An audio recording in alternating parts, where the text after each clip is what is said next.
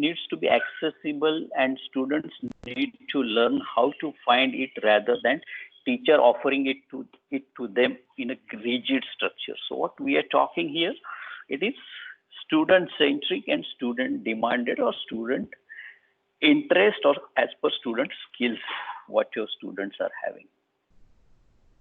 So this is the structure of what we can say that about. So here the role of teacher is now as a mentor or as a guide. He should just tell the students what exactly students are interested to learn, then open access to information, access to experts. So here we are not saying that today, if you want to learn, say for example, a particular subject, so whatever the teacher assigned by the institutional mechanism, he or she only can teach that subject to the students. But if students are interested to learn from somebody else, then that is possible in education for what we are talking.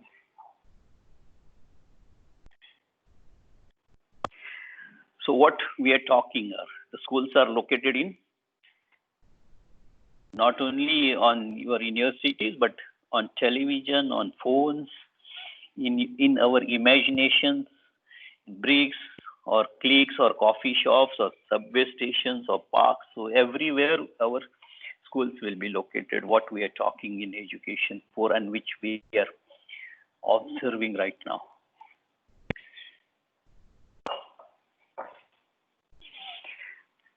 So what is going to happen? Demand-led in place of supply-led education. Lifelong learning in place of front-loaded learning. Competency-based in place of knowledge-based. So depending on what competency you have, what your interest is, what your passion is, you can learn. Then modular degree in place of one-shot going. So this is another important concept, my dear friends, that today what we are saying that I am graduated, I am having degree in so and so, and I am having PhD in so and so. But if you ask me, the time will come that our degrees will have expiry certificates, and we need to take new degrees, and that's why I'm saying it is a modular degree concept. Or even if suppose I'm interested, another way of thinking of modular degrees, what if I'm interested that I have time now, I can take degree in, say, only one module, or say only in one field. But in modular approach, I can take the degree whenever I have time, whenever I think that it is necessary for me, or if I think that I want it. So today what is happening? So when we got our education, when we got our degree in early 90s or early 20s, for example, when I got my degree here, I used to have the syllabus which I learned only, say, basics of computers. Say, when I learned, it was Fortran, COBOL, or simple DBMS. But today, what we are talking about, the latest technologies or big data, cloud, and also and so forth. So what we are doing, we are also learning every day. We are also getting new knowledge, and what we are saying, it's adaptive learning or cognitive learning and all that. And here what we are saying, emphasis on emotional quotient than intelligent quotient. So this is another important feature of education for that we want to get adapted.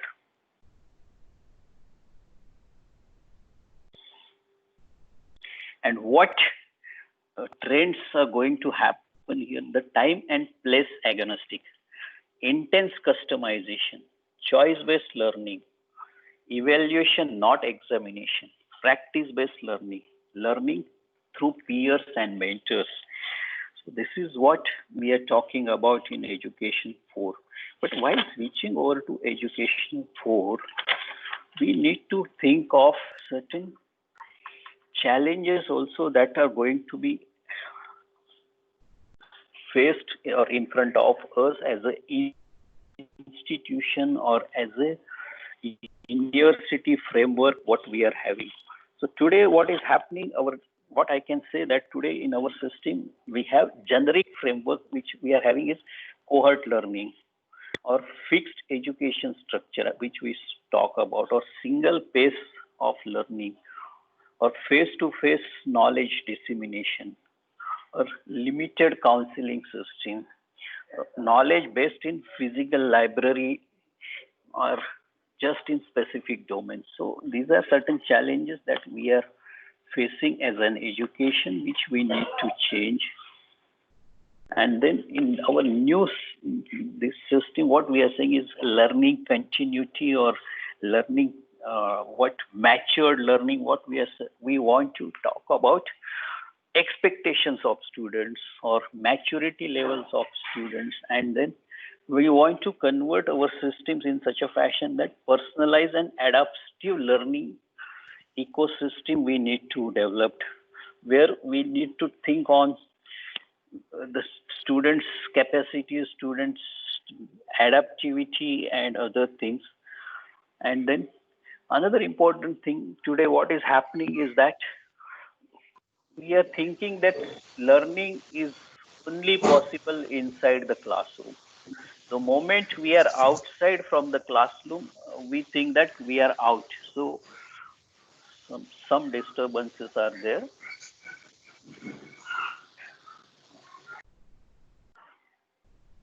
So what happens today, what student thinks that the moment I am out of the class, my learning stops. But that is not the case. If you ask me, we are learning since morning till we wake up till we sleep. So, and this, what is required, that this outside learning, whatever we are getting throughout our ecosystem, throughout in our ecosystem, is to be incorporated or institutionalized. This is what we are saying, that experiential learning or adaptive learning and so on and so forth. And one thing that we should think is that no one size fits all programs. So we do not want that it should be structured way of giving the education. We should not think of giving education in such a fashion that it is fixed for all. For example, today, even if you ask me, in our system, we are saying that if you are doing engineering, you are not allowed to do for or go for any other education, or you are not allowed to go for arts, or not allowed to go for commerce, and so on and so forth. But that is not the case, because we are saying it's the concept of blended learning we want to introduce. And here what we are saying that, and now I think our education in India also is changing. Recently, government has announced that you are allowed to pursue more than 1 degree, or that 2 degrees at a time, and so on and so forth. Even as a teacher, we used to introduce, or we have introduced in last few decades, that concept of open subject or electives and so on and so forth, so that students can get access to whatever his or her choice. But now we are still molding further, we are still making it modular more further, and seeing that it is approach where small segments or small areas where students are much more interested, or these are as per industry required. Because at the end of the day, what is our expectation here is the student should get placed, or student should get his next, what I can say, that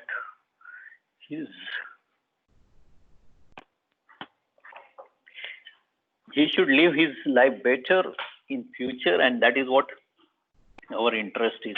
And here we are switching over to this self-learning and critical thinking ability of the student should be incorporated into learning. And this is what we are doing here. We are just giving the analogy that what is going to happen from industry and education, that is going to merge with what. So what I think that in industry we used to have flexible production line, but now we are saying tailor-made learning path. Online quality control, we are saying formative assessment. Work monitors automation, we are saying teacher becomes mentor. now we are talking about custom products, custom made products and so on and so forth. We are talking about divergence and pluralism.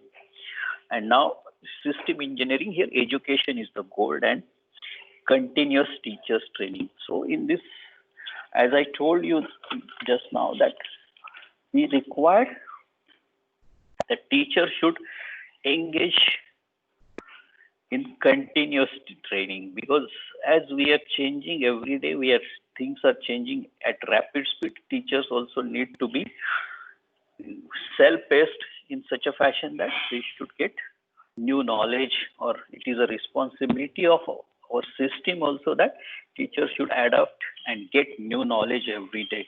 And teacher also should be ready that they want to learn new things every day. Because I still remember that when I used to learn in engineering, my teacher used to bring his old book when he studied in early 60s, 70s, and then he used to teach the same problem just to write on the board and all that.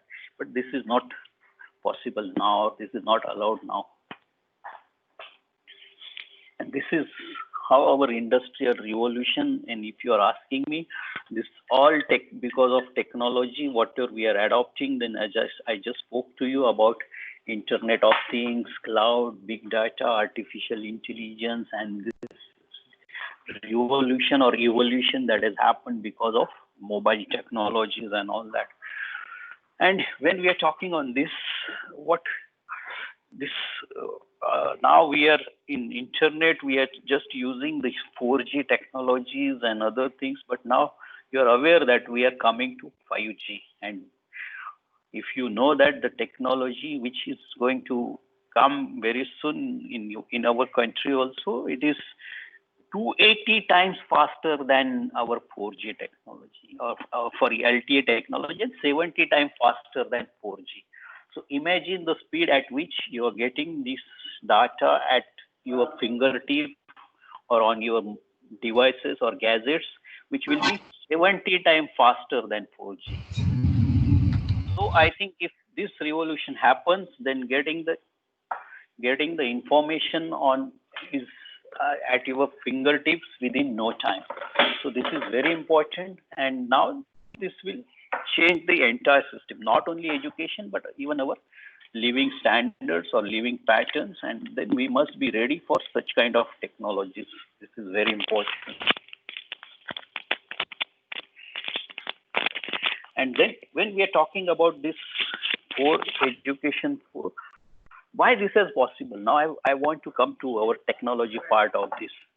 So when we are talking about education 4, or this student-centric or learner-centric, or we are talking on ethology and other things, or neural networks and so forth, this is all possible because of the technology what we are having.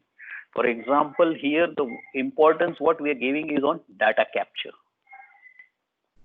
The systems like LMS, ERP, which we are introducing into our systems, education systems, where we are capturing the data about how the students are learning, at what pace they are learning, what about their maturity level, what about their critical thinking, what about their cognitive thinking, and so on and so forth. So what we are doing now, we are getting LMS and ERP, which we are adopting in our education system. Almost all the institutes have started adopting.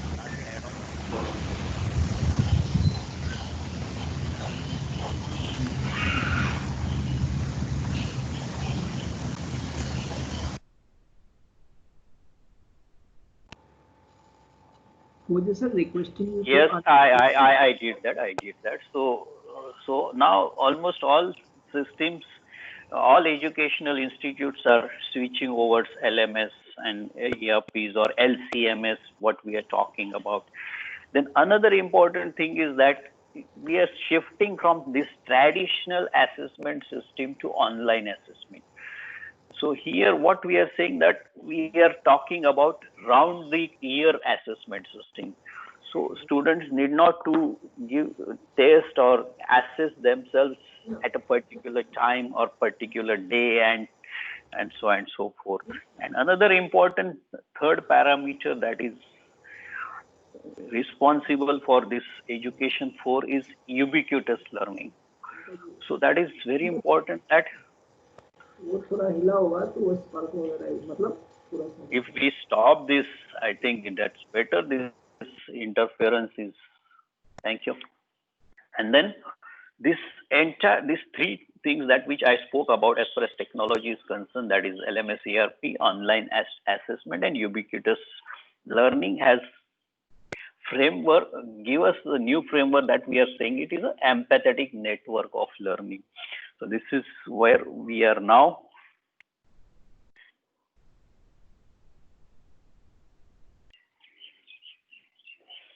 I just want to focus something on our future society, that is because of industry 4.0 and now what we are talking about education 4 and all that. So this is what we are thinking that is going to happen.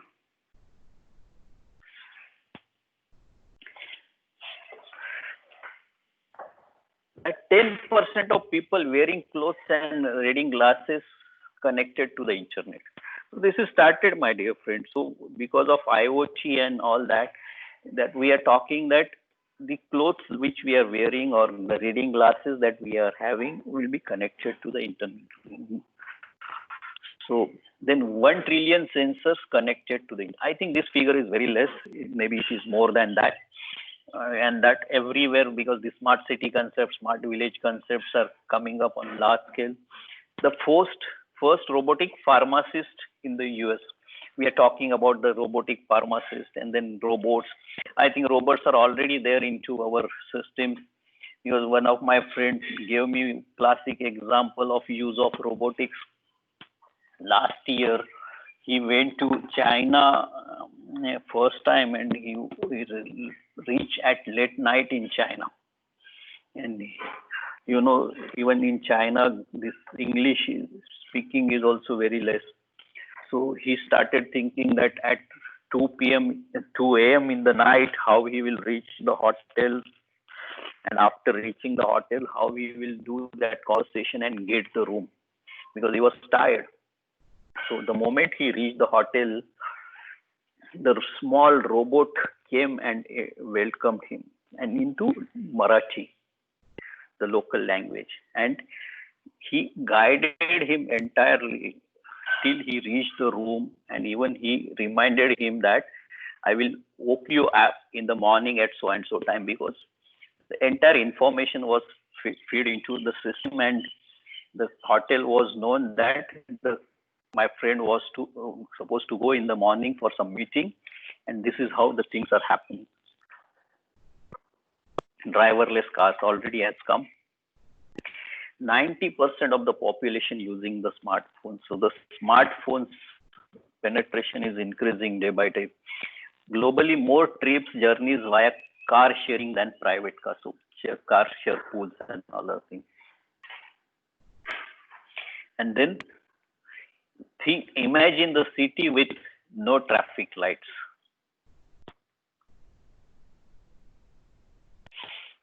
I think this all you are well aware of that.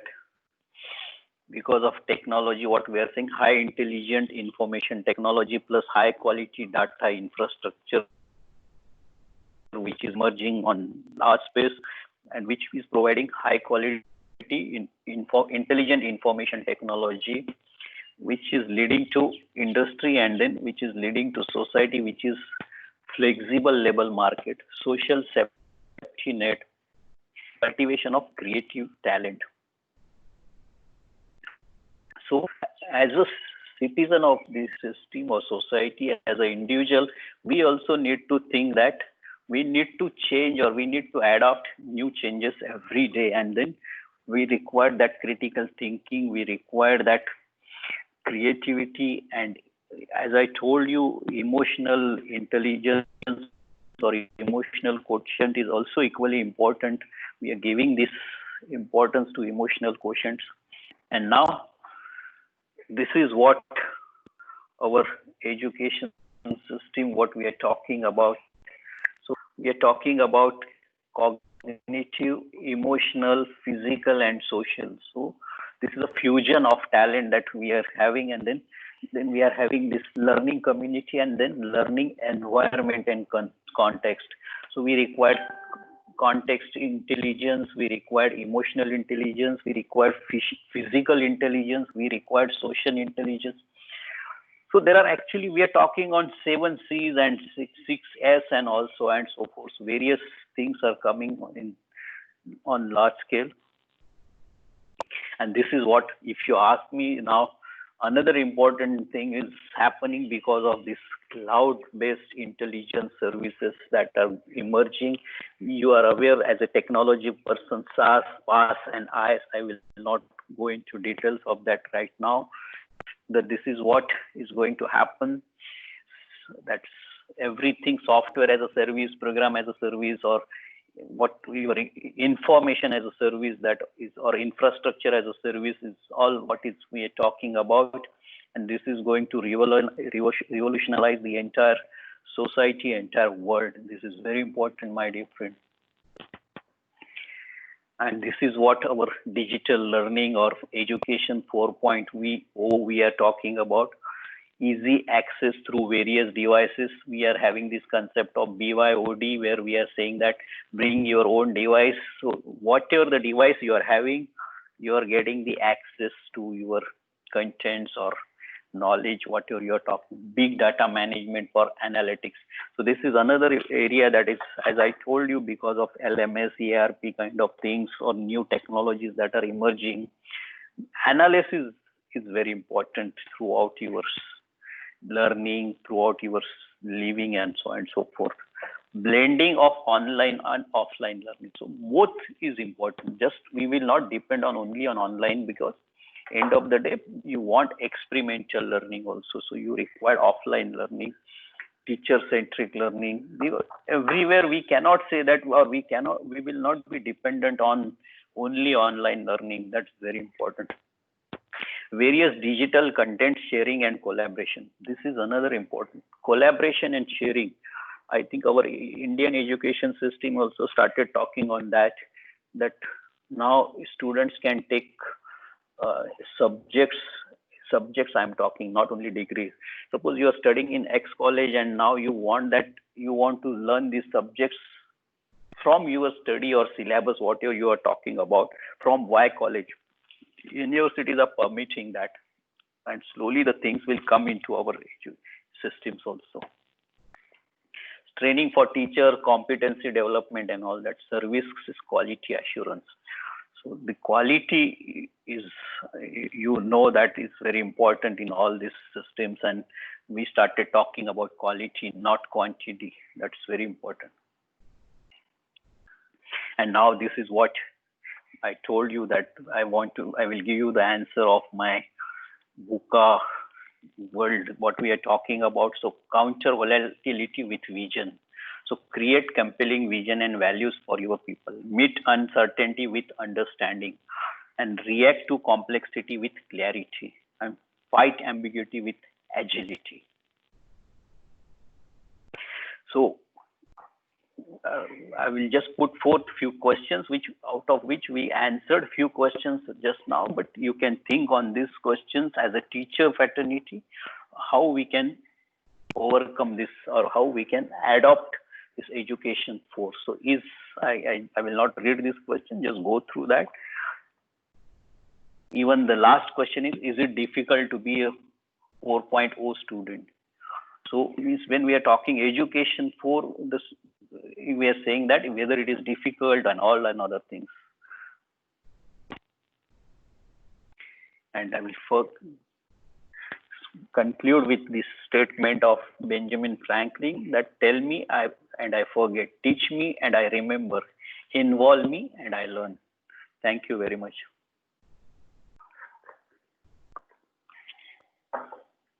If any questions are there, I'm ready to answer. Thank you. So any participants, if they have any questions?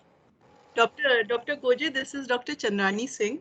Thank you so much that you spoke from one direction, that is from the andragogical, pedagogical, and hutological styles to personalization to the requirements of education 4.0 to inculcate tools and technology. So according to, so I just wanted to understand for the college students or the university students, in order to make them education 4.0 compliant, which will make them industry 4.0 compliant. So which mix of learning style should be followed for these adult, because andragogical, I understand that Yes, yes, that is yes, specifically for the adult. And there are many yes, universities also who are offering specifically andragogical programs. So as correct. per you, so which all styles or mix of styles should be, used so that we can, reskill and better impart and create more learning outcomes, and whether those styles should also be, included as discussions within the syllabus frameworks and so on. True, I just true, want, yeah, true, true, yeah. true, true.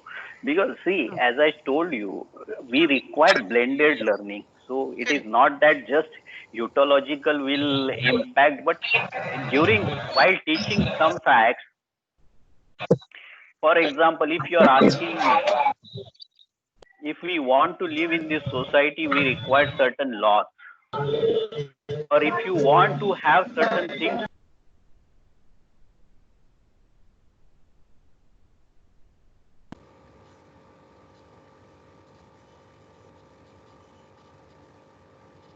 Sir, please unmute yourself.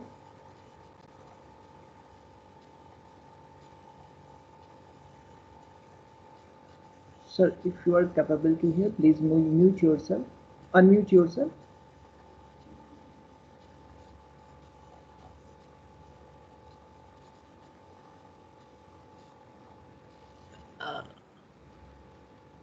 Goje sir, you are muted, I think so. yeah, yes, sorry, because I actually has to minimize my console, so I have not seen. So basically, if you ask me, we want to think of blended learning only. We want to adopt all three frameworks, whether it is pedagogy, whether it is andragogy or ethology. As far as, for example, if you want to live in this society, we must follow certain rules and laws and all that. So if you want to teach these laws and rules and all that, we must have our pedagogical systems or rule-based systems and so on and so forth. But if you want to adopt to learn skills, or if you want to learn new technologies, you may use ethology. So this is what, as you rightly said, as a teacher fraternity, we need to sit together and find out how to adopt these different frameworks into our system. And even there are new thinking are coming up, which we are saying that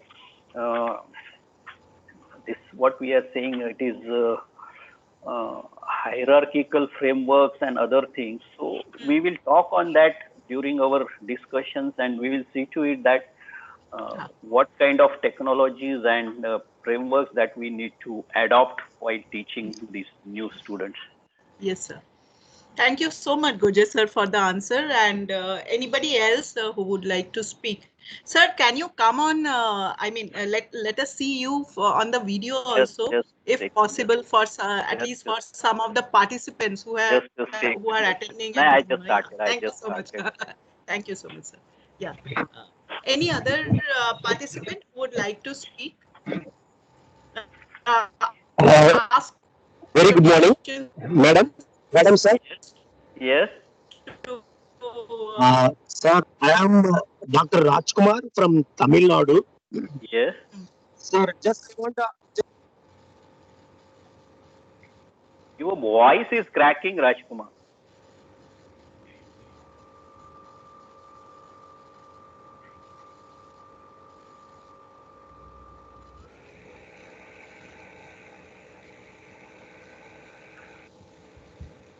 Hello.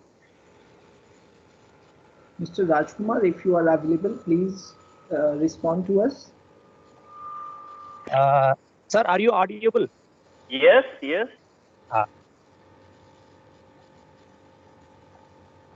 Sir, I have two questions. Yes, Sir, my name is Dr. Rajkumar from Tamil Nadu. Sir, in yes. one of your slide, that is the aligning industry requirements with education, you talked about system education. What is system education? This is my first question. The second question is now 5G technology is going to come, which is 280 times faster than LTE. 80 Sir, times can you faster. tell me what 70, is 80 times. 5G? Yes, yes. Yes. Sir, can you just explain what is system education and what is the abbreviation of LTE? Okay. See, LTE is our technology we used to have till 3G. So then we switch over to VoLTE. If you remember that the technologies what we are talking about in communication, that is abbreviated as LTE and VoLTE. I'm not remembering that long form of LTE and VoLTE right now, but these are the terminologies used in our telecommunication. And that is voice and something is there in video in VoLTE is there, I think. And transmission, I think some transmission and other things are there. And as far as system education, when we are talking about overall education about whatever the systems that we are having, and we want to incorporate while living in our day-to-day in society. We require certain fixed knowledge, which I gave you the example of law and other things. Thank you, sir.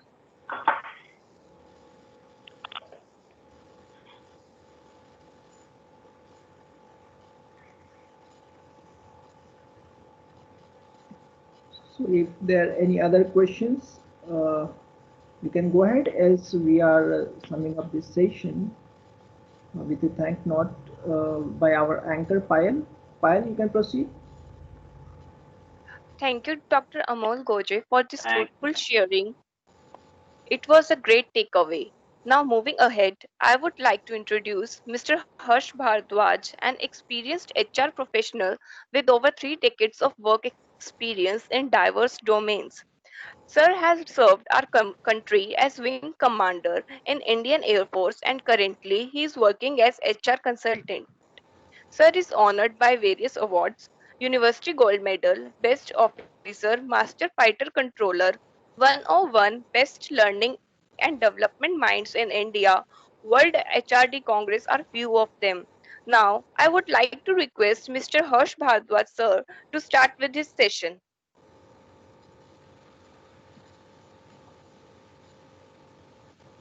Okay, hi everyone. Good morning to you all, and it is a pleasure being here. Thank you so much to the Sinhgad College to invite me. And when Dhiren spoke to me about what could be the topic on which I can speak, it occurred to me that, in the COVID era, there's a lot of anxiety amongst youngsters about their future, what kind of careers they will have, what job opportunities they will have.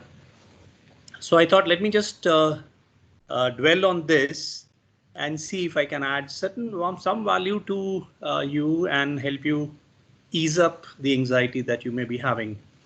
So before I proceed, I'd like to know from Payal, am I audible clearly and are these slides being seen? Yes, sir. Okay, Slides are clear and you great. are also audible. Okay, great. So guys, what I will do over say next 45 minutes to 50 minutes is to take you through 4 different things that I have kept in mind. One is that we will look at the economic survey that we are all getting to know through various means. Sorry to So many interrupt. consultancies, so many. Sorry to interrupt you, Harsh. I'm sorry. Please run the slideshow. Please run the slideshow. Okay.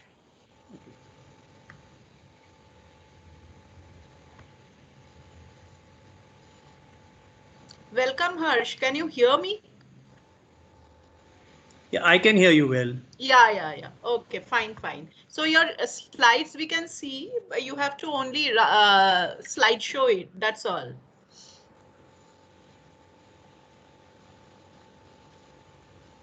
One moment.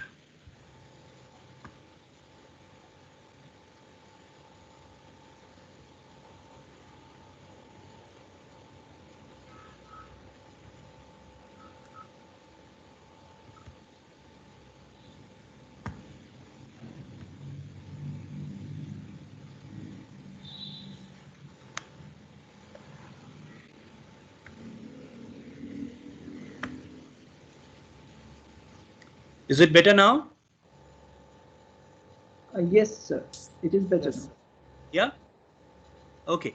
So I have how I will like to run this is that we look at one economic survey, and the survey is more from the job perspective, how what the various surveys are predicting with regard to the jobs, etc.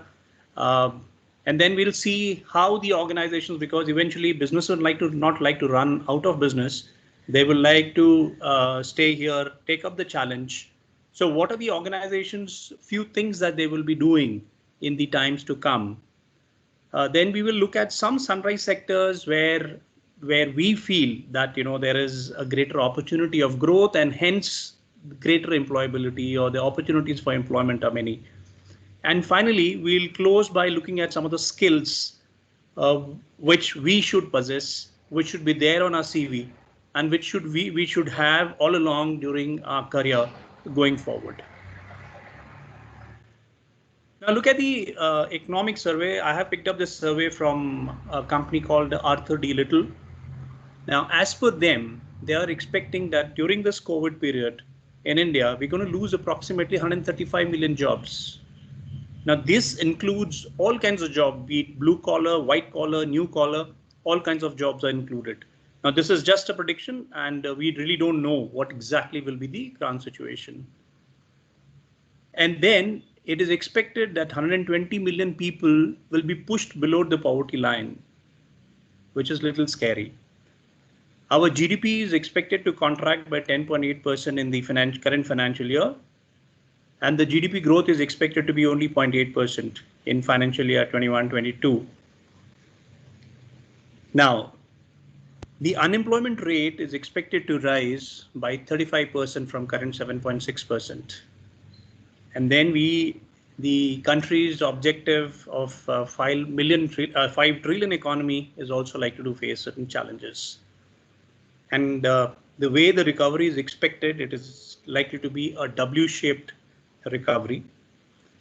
Then it is estimated that our Atmanirbhar Bharat initiative, which the Prime Minister has launched, is a very good initiative.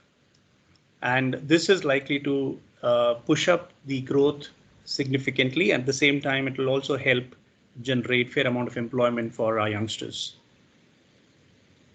Now we all know that impact of these changes, or the COVID impact, will be different for different sectors, and it won't be same across the board. Now, like always, any challenge, any pandemic-like situation or an epidemic-like situation, we will find that many industries will be able to survive and many will perish. There will be new industries which will take birth with new opportunities which are likely to come up, and therefore this will be an ongoing cycle. So we will have, as an employee or as a prospective employee, we will have to keep that in mind and look out for opportunity, look out for those companies where, or those sectors where the opportunities are likely to come about. The other thing which we will all have been told time and again is that this COVID-19 will fundamentally change the way the humanity is working, or we are used to working, the way we socialize, the way we interact. This is likely to continue till such time we as mankind find a cure to the virus. And this COVID crisis will catalyze an unprecedented change in every industry. And every industry will be forced to reform and restructure in order to transform into new realities that will emerge. So this is a short report which I laid my hands on, and we will base this now based on this report. We will see how the industries are likely to, prepare themselves for the challenge, and what we as individuals can do as prospective employees. So every organization which is there, a business organization, will have to adapt to the current situation. And for that, every organization will have to transform itself. And there are three factors which each industry or each company will have to look at. These are the agility, which means the planning and execution, digital transformation, which includes their products and services, and the third, the most common, and which we all have experienced in the recent past, is the work from home culture, which includes how the people will be handled, how the process will be followed, etc., etc. So we'll go over each of them in little more detail. So when we talk in terms of agility, we are talking in terms of how the organization can become agile to see what is unfolding in front of them, how they can realign their policies, how they can rework their processes to adapt to the current reality. And any organization which has to survive this particular period will have to do all the three. Then they will have to train their force, that employees, they will have to train, and they will have to see how can they now focus on customer issues and the challenges which are being faced by the customers. They will have to be extremely quick with all the changes that they will have to bring about. And then they will have to communicate all these changes to their various stakeholders, including their customers. And they will have to build a new execution template to seize the emerging opportunities efficiently and optimally. The next thing that all of them will have to do is look at how the digital transformation they can bring about. Now, digital transformation will have to be holistic. It will talk in terms of their capabilities, how they can leverage various possibilities and the opportunities that are there. It is not merely adapting to the technology. So how they can use the digital transformation for making their customer services better, how can they help them evolve their business. Now, when we talk in terms of digital transformation, it is not merely, like I said, about technology, but how the whole business model per se using the technology is going to be made different. Can they make any specific products, or can they change their processes using technology? Then they will be using in due course of time the cloud computing, big data analytics, AI, Internet of Things, etc. And they will have they will have to find out how they can shape the customer behavior going forward. Now, the cloud computing is expected to be at the core of every organization for whatever they are doing, primarily because of 2-3 factors. One is being cost, and the second being the scalability and ease of adoption. So every organization will have to look at a digital transformation in a big way. Then coming to the third thing which every organization will now or has already used is work from home culture.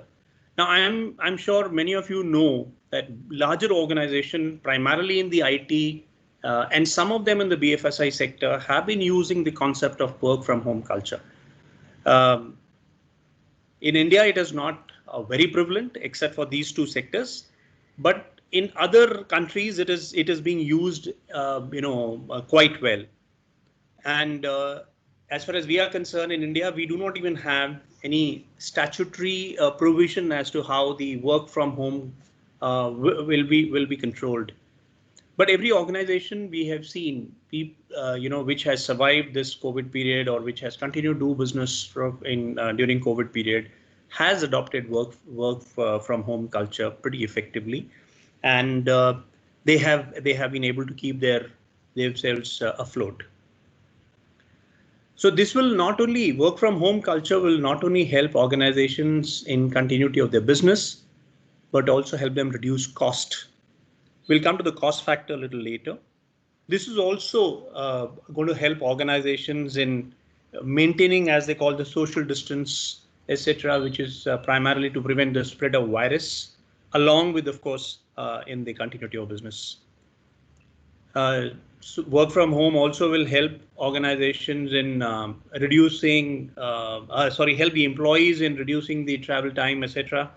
And one of the studies had predicted that approximately 25 days a year is lost by employees in travel alone. So therefore, this wasted time period can be more effectively utilized if they adopt this work from home approach.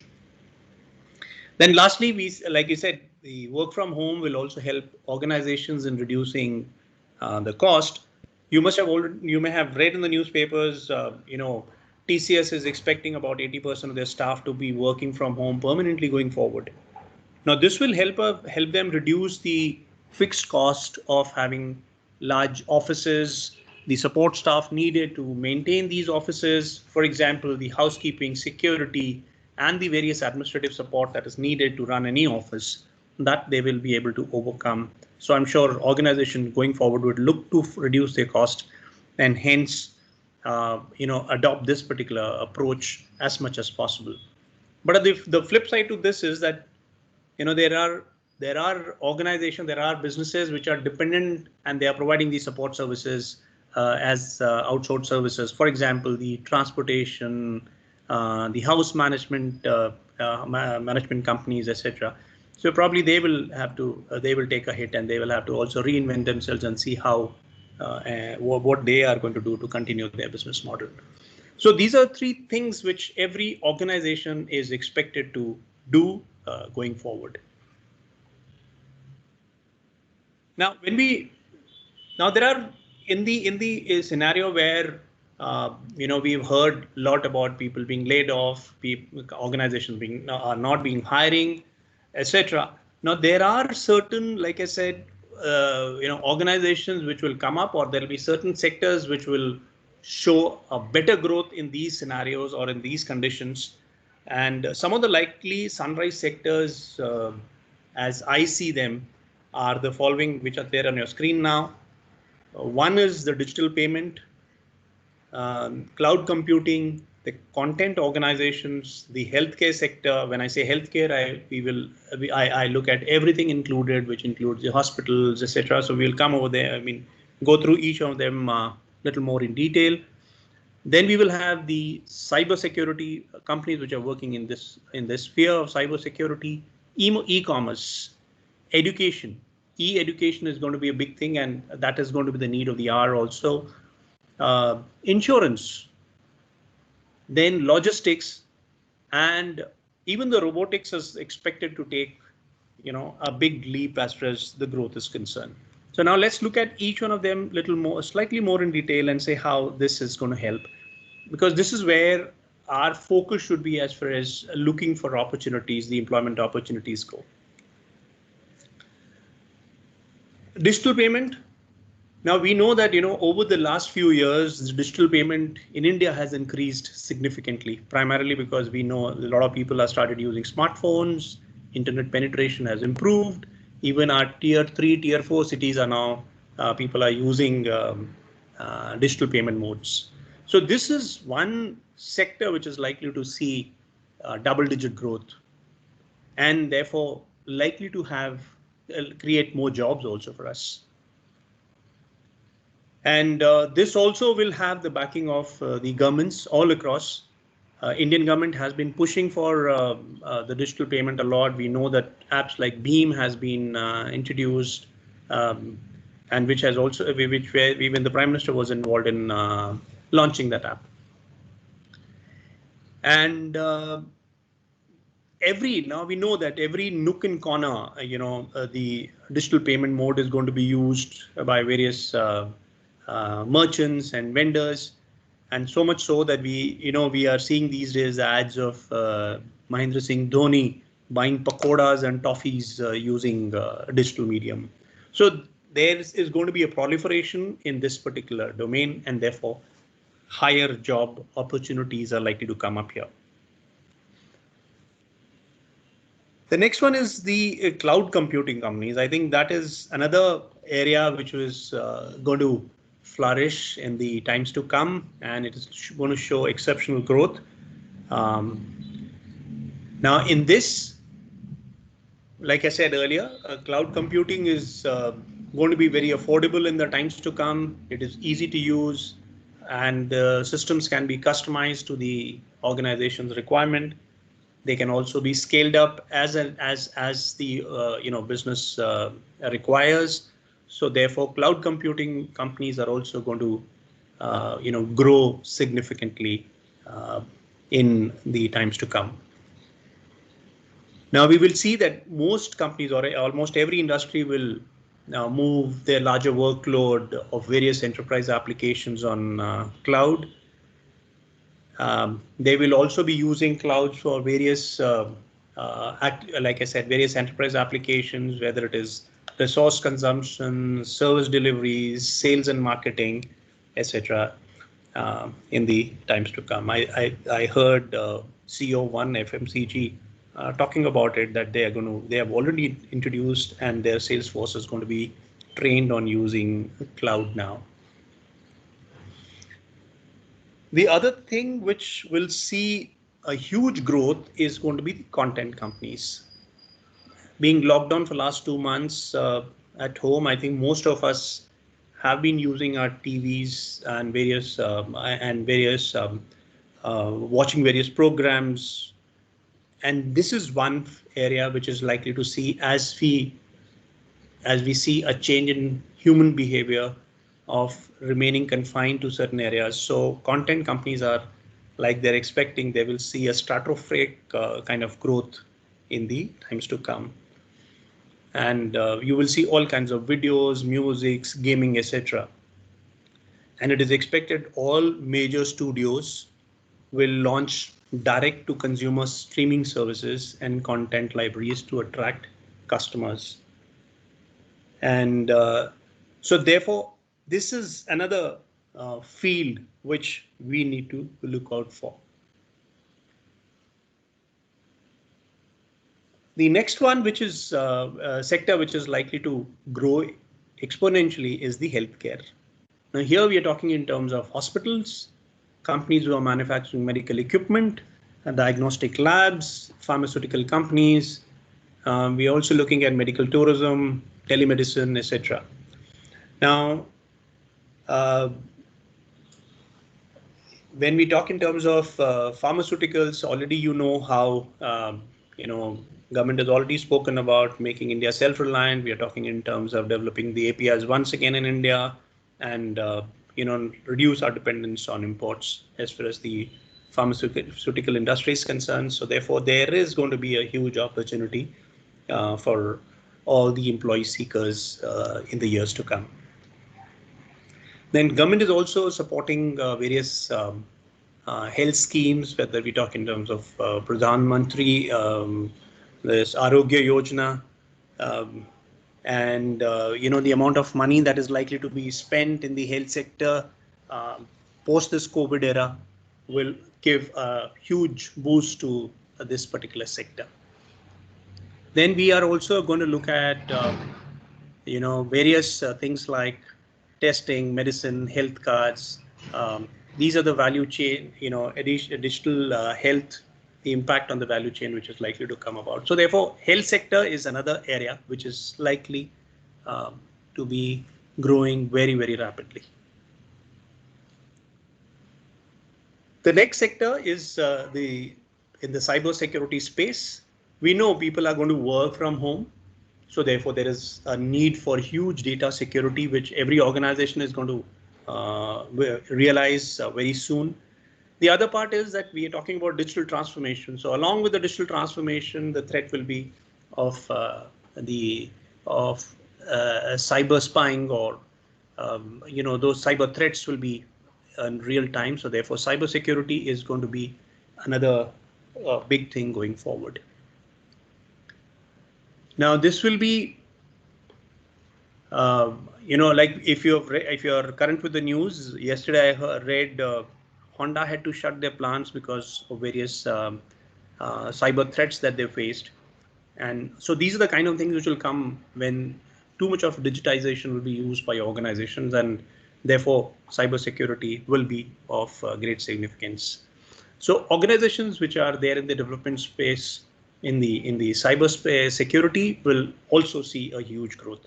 So whether you're talking in terms of keeping your payment gateway safe, or you're talking in terms of various security walls, the organizations which are going to be in this particular domain will be growing quite rapidly.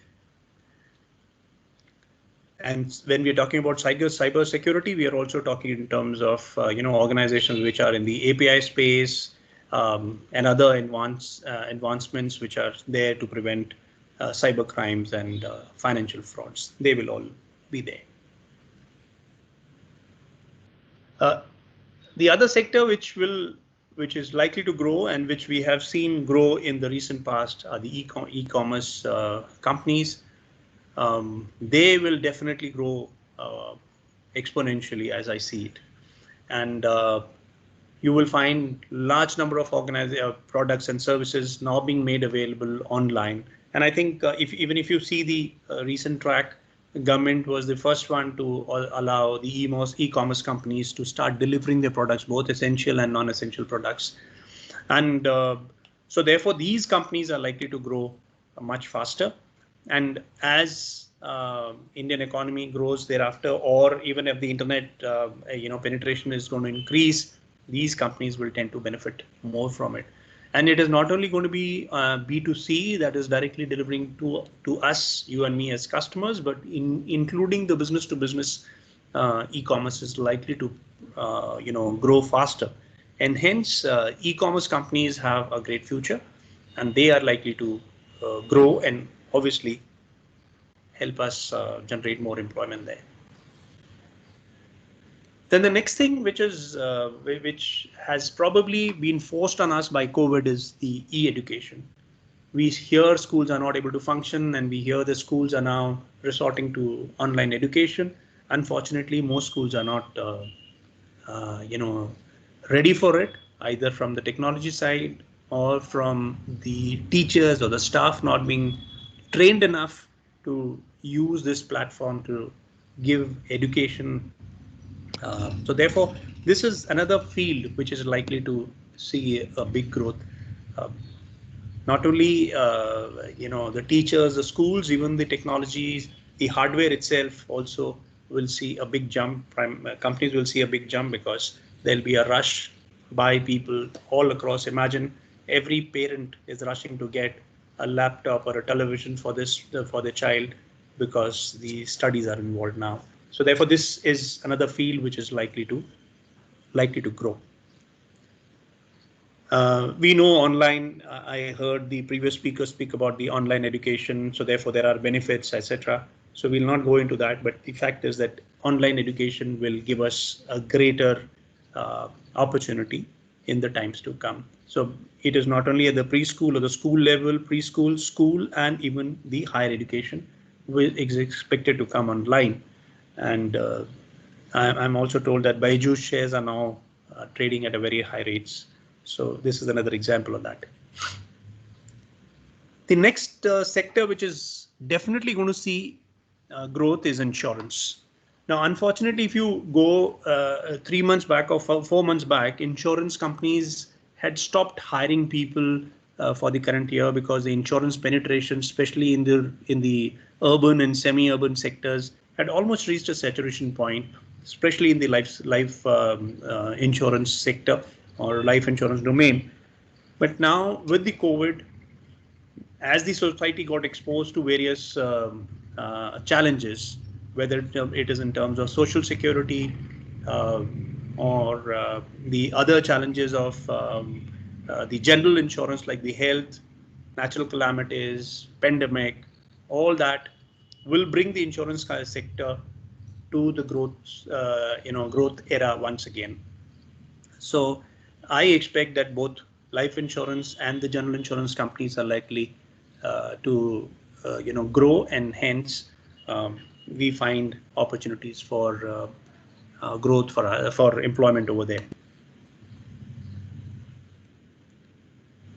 The next sector which I think is going to see growth is the logistics. Now, during the initial phase of COVID, when we had the lockdown, there were a lot of uncertainties, and therefore there were larger demand on logistics companies to make sure that all that we need is made available to us. So people were stocking, so there were greater demand on the logistics, the supply chain, etc. So this particular sector is definitely going to grow. Not only during the COVID, not only because of the COVID, but also because of the fact that government is now talking in terms of Atmanirbhar, higher than local production, local supply chains, and then supporting the exports, etc. So the logistics organizations are definitely going to grow. This coupled with the situation, coupled with the flourishing of the e-commerce organization or e-commerce sector, will further push the growth of logistics companies. And obviously, they will also be adhering to latest technology, etc., to now in order to ensure that the supplies reach the right place at the right time, at the least amount of time, and at the least amount of cost. So logistics also has a great future in the times to come. And then lastly, we are going to look at robotics. I think considering the fact that the virus spreads the way it is and the way more by the contact, etc. So I think robotics will also, companies which are in this sphere will also see good growth in the times to come. A lot of activities which are being done by the human beings, whether it is in the field of healthcare, whether it is in the case of security, etc., will be taken over by robots in the times to come, and therefore these organizations also will have a good future. So these are some of the sectors which I think will grow in the times to come, and will therefore give us greater opportunity for us to look for employment there. Now, we have seen the organizations, in order to survive, they will have to remain agile, they will have to plan, they will have to digitally transform themselves, etc. Now, what as employees or prospective employees we need to do? What kind of skills that we should develop in order to be market ready, be employment ready, and be always in demand? So some of the skills which we should have, or which we should possess, and which should be there on your CV, and we should also be able to speak about and demonstrate if we are already in employment, are the following, which are there on your screen now. The first and the foremost is our ability to adapt and be flexible. It's all a question of mindset. Then how tech savvy we are, our ability to be creative and innovative. Then our data literacy, our critical thinking skills, digital and coding skills, leadership skills, emotional intelligence, and our ability to be a learner lifelong. So these are some of the skills which will help us remain, valid as far as the employment is concerned. And every recruiter in the times to come will look for these skills in your CV, and every employer will assess individuals on these skills because they want to remain competitive. They want the organization to remain competitive through you. So let's look at each one of them slightly more in detail and see how can you develop these. The first one being adaptability and flexibility. Now we know that the changes are coming to the organization. The way we are working is all going to change. So therefore, I as an individual will have to be extremely adaptable and adapt myself to the changes which are taking place. Simple things like, if we have to maintain a social distance, we have to maintain social distance. If we have to enter after sanitization in a specific space, we will have to do that. So all those things will I'll have to keep in mind and say we cannot go with the same mindset with the way I was working.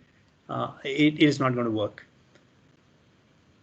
Now we know that as such, we're all aware that the world was changing, but pandemic has forced us to change that much more quickly. And none of these work environments which are there today are going to remain as such. There'll be no job except for few, which will be jobs for life. So until unless you are going to work in, say, a government sector or a public sector undertaking, or the defense services or somewhere where the job, you will not have the same job which you start with for next beyond 5 years. It may not be even there.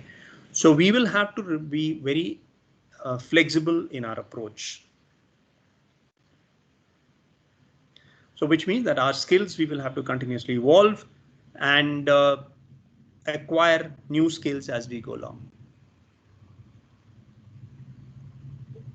We are required, as we know, organizations are becoming extremely tech. They are adopting digital transformation, adopting new technologies. They are using different models, business models, etc.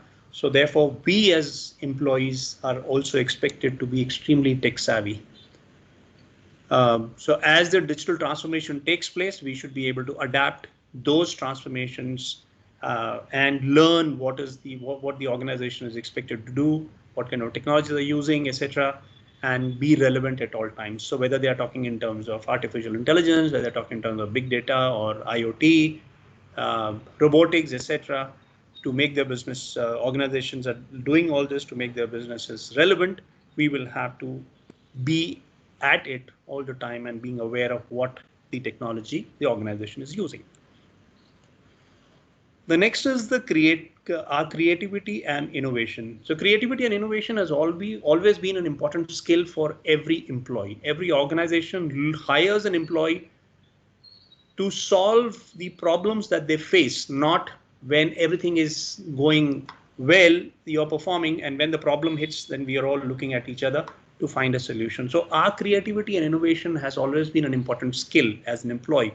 And in the times now in which we are, or the COVID era time, or even in the few years from now, this is going to be an important skill for every employee. Organizations also have been very creative. Like we know, companies like Mahindra's and Mercedes, they started making ventilators instead of manufacturing cars during the period of the COVID. And so similarly, we also will have to be, as an employee, will have to be extremely creative in order to solve the organizational problems and find solutions to the challenges that the organization is facing. Then data literacy, linked with what we said about the digital transformation. Data literacy is going to be a very big requirement for every employee. Now, data, as we know, is going to be very critical for organizations for everything, whether they're talking in terms of their products or services, whether they're talking in terms of their processes, whether they're talking in terms of the customers, customer services, etc. So everywhere they're going to use data. So if a professional is not literate about it, or is not aware about the data, or how to manage data, etc., or is not able to use these technologies, then the chances of he being employed or being continued to be in employment reduces that much. Past few months during the period of COVID, we have seen a lot of information is being floated. And this information, most of this information is not found to be true. Now, as an employee, as an effective employee, it is important for me to have a skill of critical thinking, wherein I should be able to sieve out the required information which is necessary for my organization and based on which I can make my decisions. So this is one skill which every employee will have to develop, possess and develop. Then digital and coding skills, obviously people who are in this particular field, whether we are talking in terms of coding, web development, digital marketing, these people are going to be little more in demand compared to the others, because the organizations are going to use more of a digital platform. So therefore anything associated with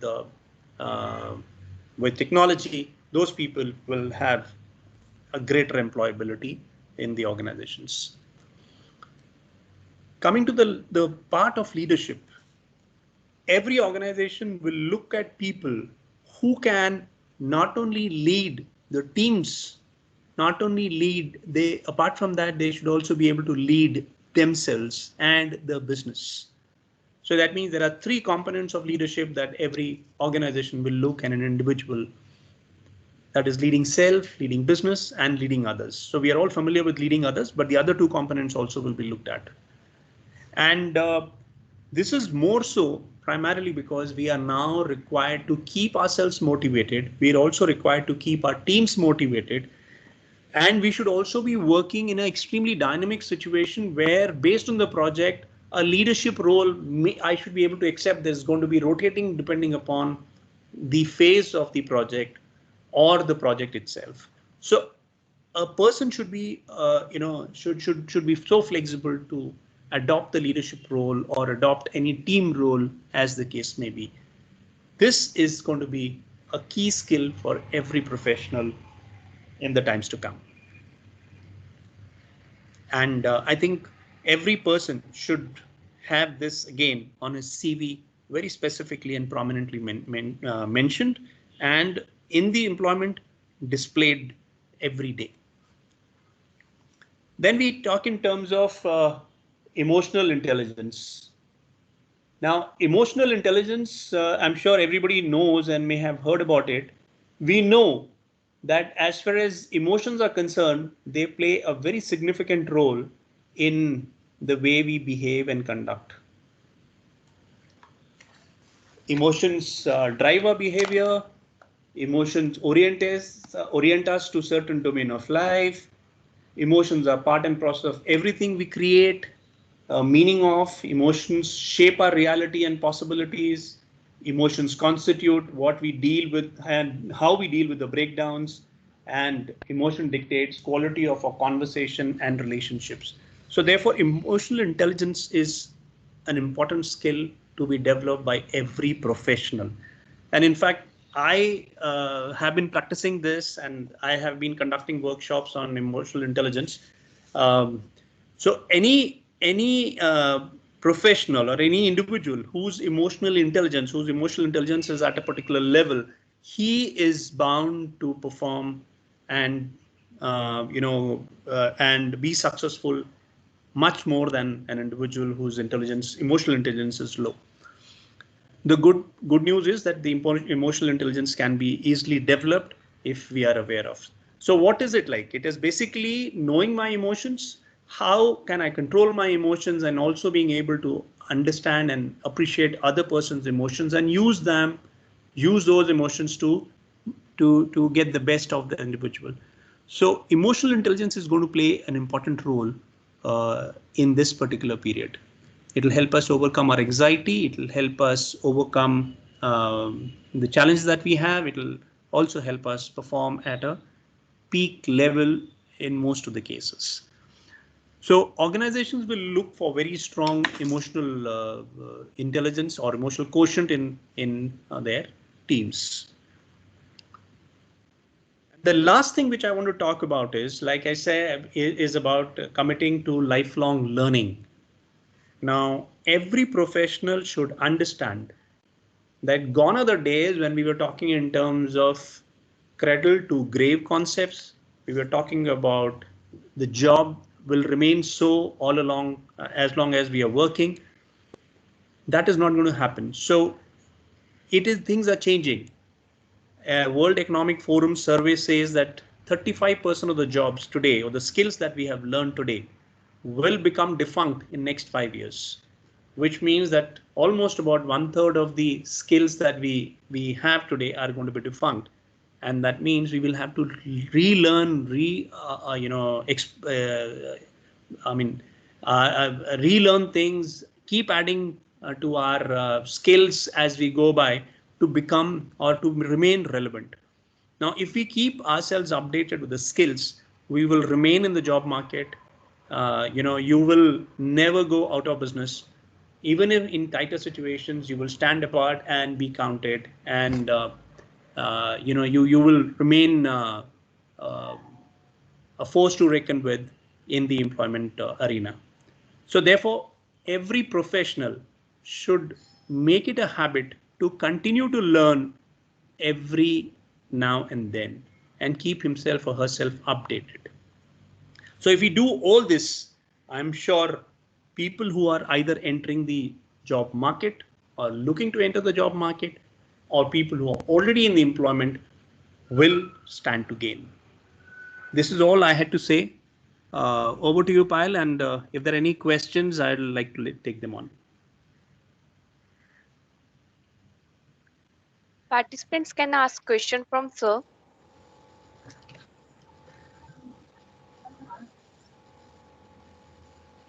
Sir, very good morning, sir. This is Dr. Rajkumar.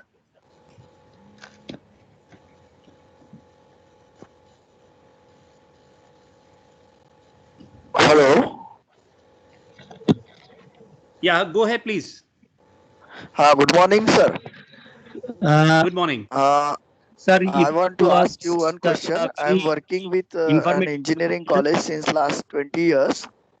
Okay. Hello. Yes, go ahead, please. Hello. I Can you can hear listen, you. sir? Please go ahead. Am I audible? So our students have been given placement through campus drive.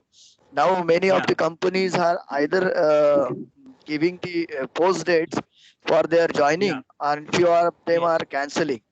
And training our students through the defined curriculum as specified by the affiliated university. Much is not in our hand to upgrade their skills and other things. What can be done in this regard? Okay. This is a challenge which I think all colleges are facing. We have completed our curriculum based on what the universities have prescribed, and now we have made them job ready. Unfortunately, the ground situations have changed. So in this particular case, all that we can do is look for opportunities wherever they are. Now we can't, until unless we help them find a match somewhere, there is very little we can do.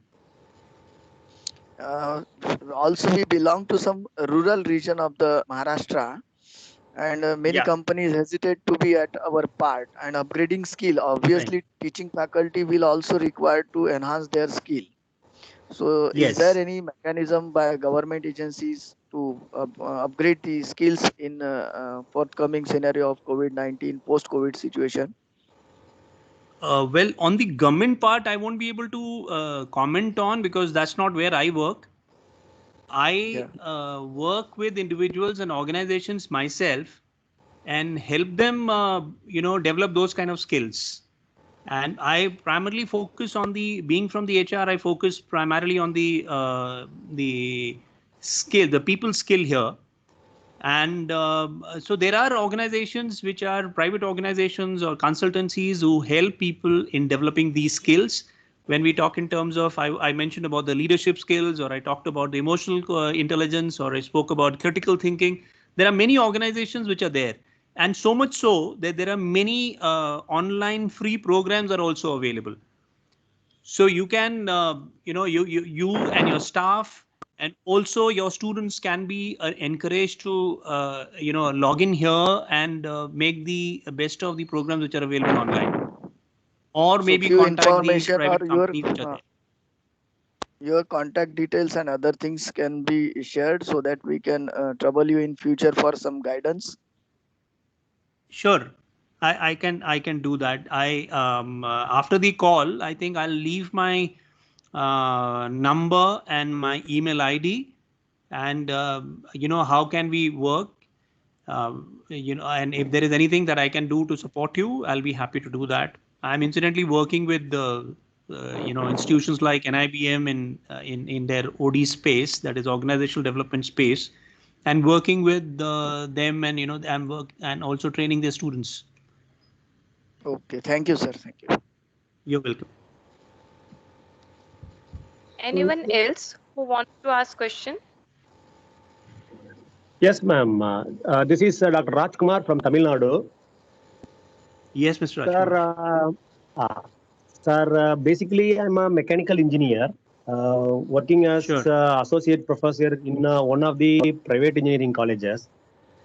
Sure. Sir, just now you have explained about what is the scenario of post-COVID-19 for education industry also.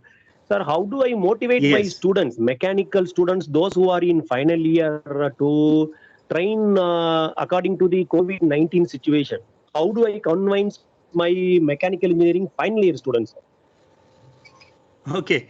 Okay. Yeah, it's a big question. I understand, Mr. Rajkumar. It's a question of mindset. Unfortunately, if you look at Indian scenario, the e-learning component has never taken off. Not only in the colleges, even in the corporate sector, e-learning Yes, has sir. never taken off. People do not take the responsibility of their own education. We are still in that Guru Shishya Parampara. And we believe that, and that unfortunately things have changed, the environment has changed, and if today's students do not understand this, they are going to lose out.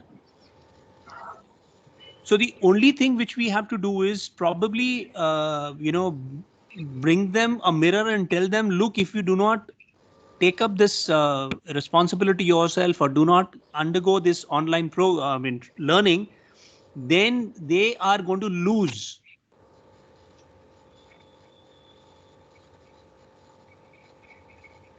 Thank you, sir. Yeah, thank you. Any other questions?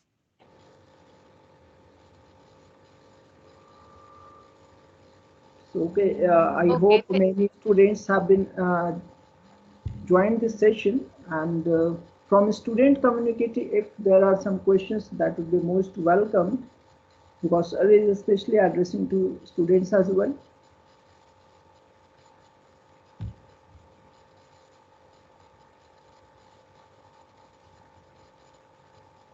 Okay, fine.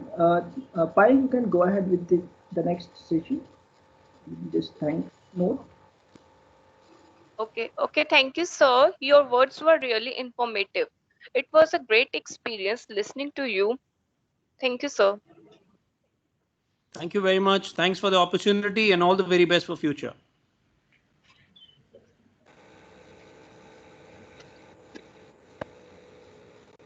I'm requesting all the participants to have a little patience. We are just about to welcome our next guest. He is not available at this moment. Within few minutes, he will be back with us. So please have patience. Dhiren, if there are any speakers who would be wishing to answer our participants' questions Yes. with regard to the topics of the participants' choice, and if the speaker is comfortable answering, so let's have that session, so that these 5 to 10 minutes are engaged. Yes, ma'am. It can be done. So you do the anchoring for that session and call in from the participants certain questions, and then we can with the existing speakers who are there on board currently, so we can have some rounds of discussion. It is just a discussion and information sharing and exchange session. That's all. Okay, madam. So I request all participants, for the last 2 days we are with so many sessions. Might be some questions answers were left for the last day and for today. So if some new questions or some anything participant that want to discuss on the technology or on the job role or on the upcoming things, they wanted to ask from the present speakers, they can ask the questions.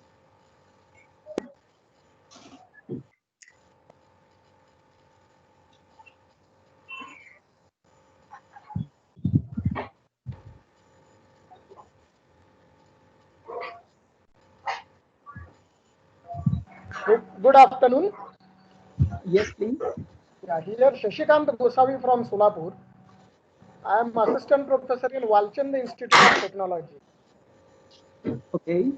Yeah, my question was, in the changing scenario post-COVID, how the project-based learning can be managed? Because in project-based learning, we have to do the teamwork and we have to visit the industries and how to manage these things in the changing scenario. Okay, so any participant who want to put light on these questions are most welcome. So can you repeat your questions once again? Yes, any sir. participant can answer this question. Yes, I repeat my question. Hello. Yes, please.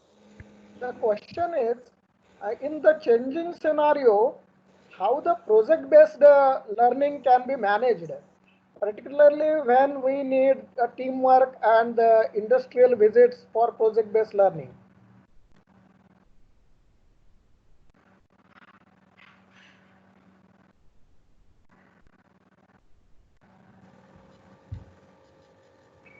Okay, any participant who wish to put light on this question, please welcome.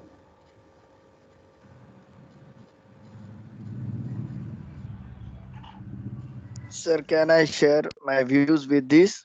You are most welcome. Ma'am, see, sir, we all are facing the same situation. We are sailing in the same boat during this post-COVID scenario. All industries and everything will be taking a couple of years to grow up with higher speed and rather to maintain the development rate, which was earlier COVID situation. So it will be will have to adjust with the situations till the industry come up with their routine flow. Almost they have started functioning with 30-35% of their potential. And as we all are knowing, the migrants have moved down to back to their hometowns from UP, Bihar, and other states.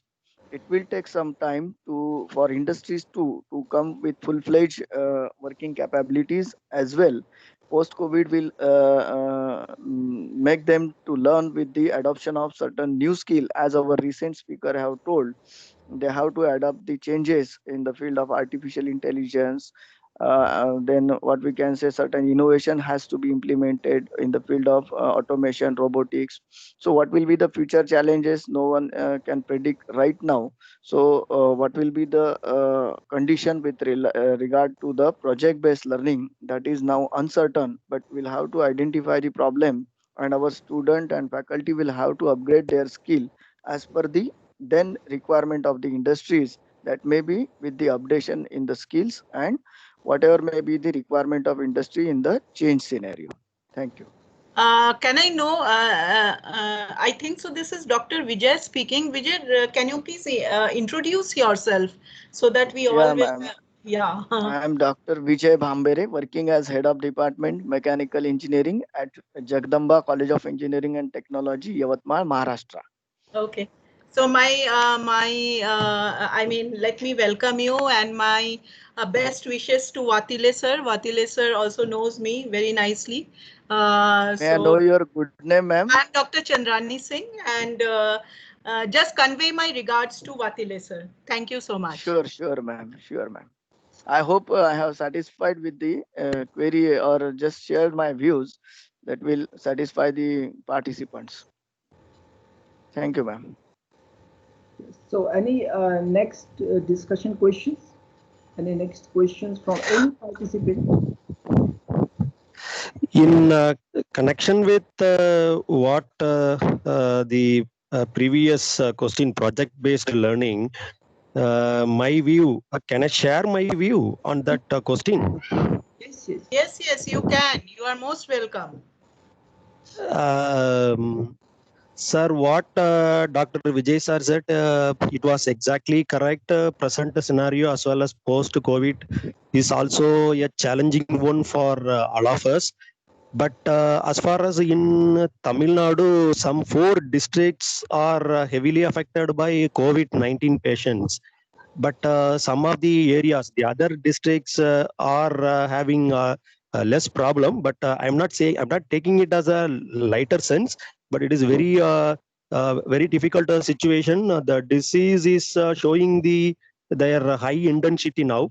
But as far as faculty as well as students are concerned, we have to develop our, the software skills in terms of industry standards. It is very difficult to visit any industry nowadays, or after this COVID. Definitely, industry will not allow the students to visit their premises.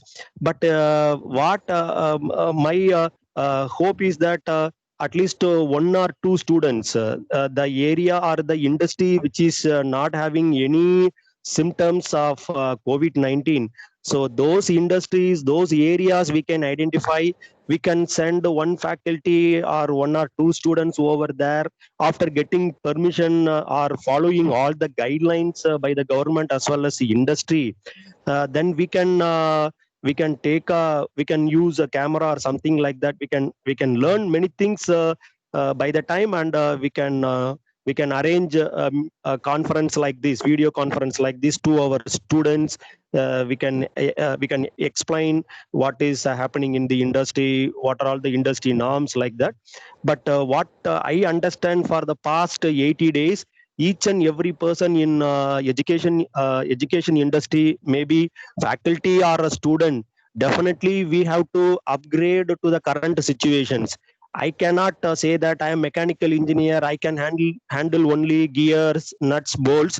I have to change my view that this cloud computing, internet of things, and big data, blockchain, machine learning, everything, I have to change my view also. I have to start learning all these things, so that we can at least 100% project based learning is not possible. I agree with Dr. Vijay sir statement, but at least we cannot stop learning. So we can learn, and we can disseminate whatever we are learning to our students, sir. So this is what my opinion. Thank you. Thank you for this opportunity. Thank you, Rajkumar sir. You have really answered very well. So if there is any other queries from any we have the anchors, I think so. Vishal is there, and let's have a student speak as well. What do they think about the current scenario, the challenges they envisage, and what should be the way to counter such type of challenges and such type of calamities which has come, and how we will be overcoming them. So if Vishal or Ashi or so whoever is there, so if they can pile, if they can put in their thoughts, or if they have any queries, they can put ahead.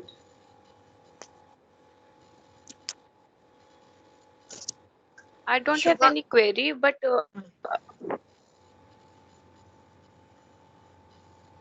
yes, Payal, go ahead. okay. I don't have any query, but I think what we can do is we can organize internships and all that on like this only at Teams or Microsoft Zoom and on this apps. And sir is also right. If we can detect the places where there are less number, population is less affected, one or two students, the faculty members can go and learn their experiences and tell the rest of the students. This is all from my side. Great, Payal.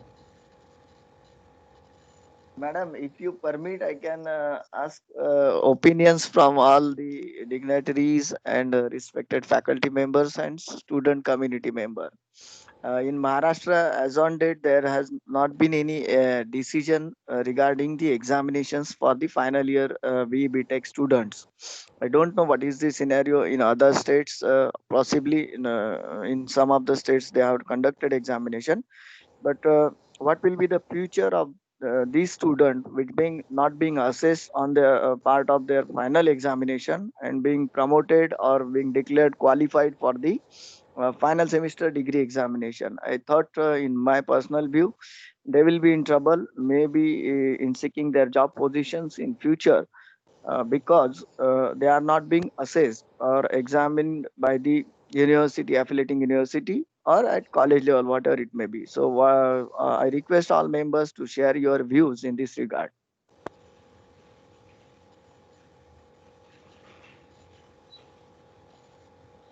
So, Hello. yes, please go ahead. Please introduce Madam. yourself before answering.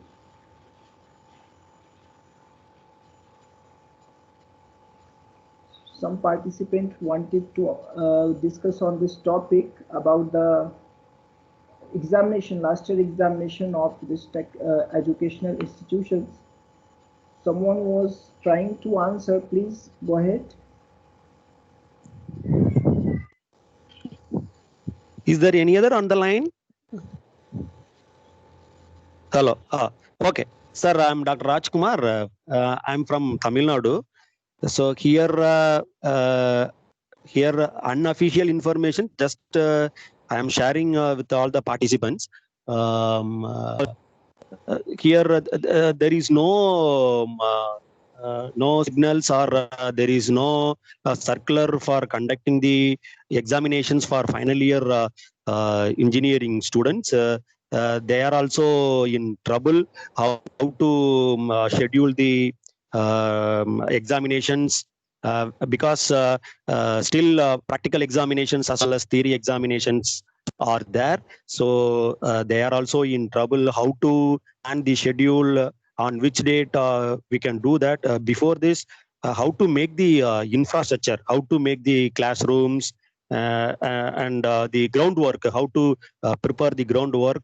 They are also in trouble. So as far as Tamil Nadu is concerned, here no examinations so far. Some private universities, they wanted to conduct the final examinations for all engineering classes in online, but they have not started, sir. They have not done it. They stopped the work. There are some one or two private universities, they announced that using their internal marks, they said they are going to announce the result for the students, sir. This is what the scenario of examinations in Tamil Nadu is concerned. Thank you. Okay, so I myself, Dhirendra Kumar, Training and Placement Officer, also organizing this, one of the organizing committee member from this event. As I'm in training and placements, I day-to-day basis communicate to multiple companies, and I am also discussing with our new batch 2021. So I hope everyone is hearing me. So I have gone this perception. I have came to know about company that whether this is okay to conduct the examination or just to let them have the pass certificate. So company people, I cannot name the company, but yes, companies are in positive aspects to get these candidates on the hiring mode. I mean, they have not any trouble because companies are also knowing the situations of this current pandemic. I mean, the companies are also suffering.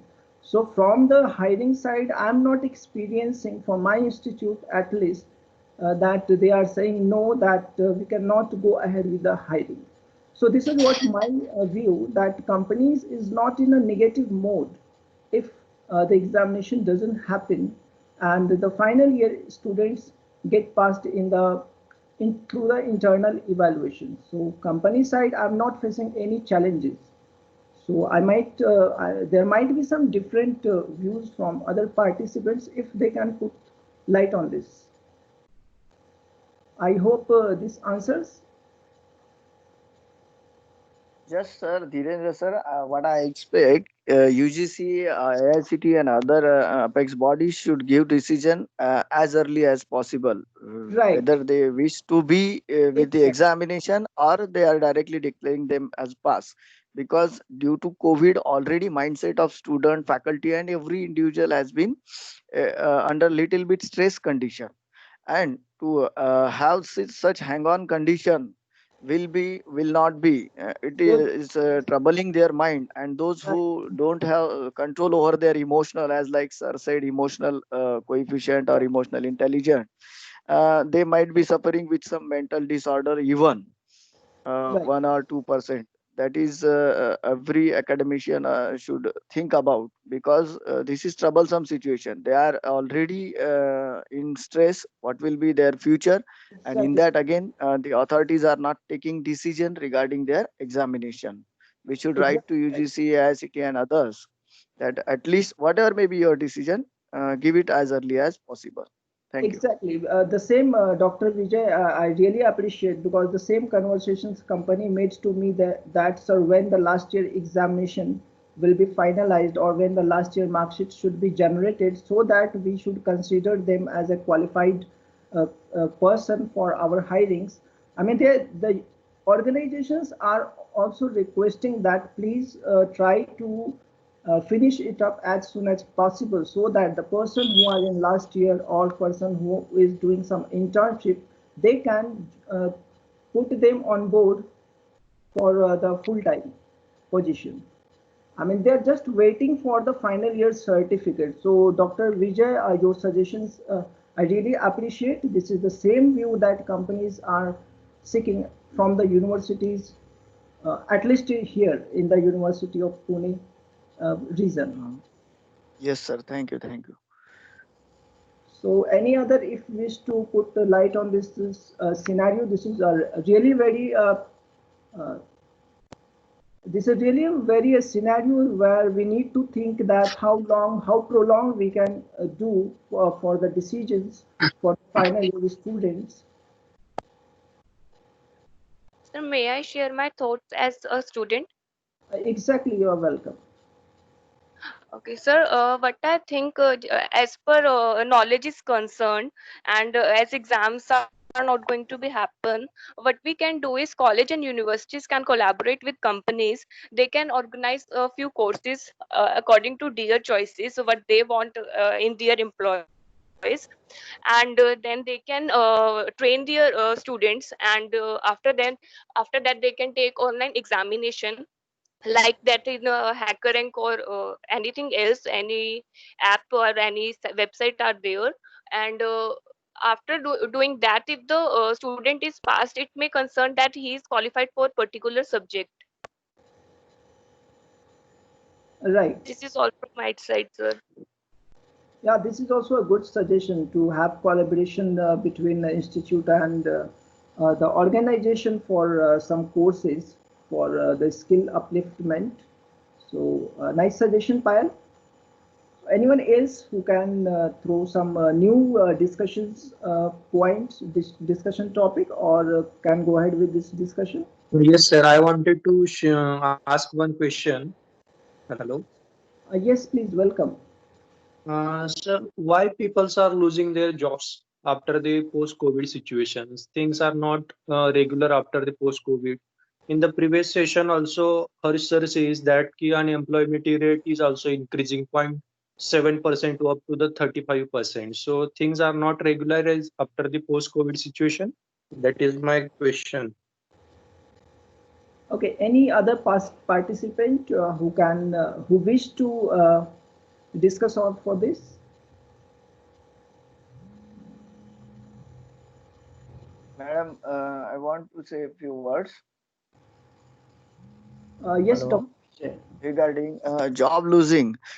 See, Mr. Rahul, Yes, sir. if you have your own car, newly Yes. purchased car, can you blindly hand over the key to someone who come to you and say that, sir, I can drive your car?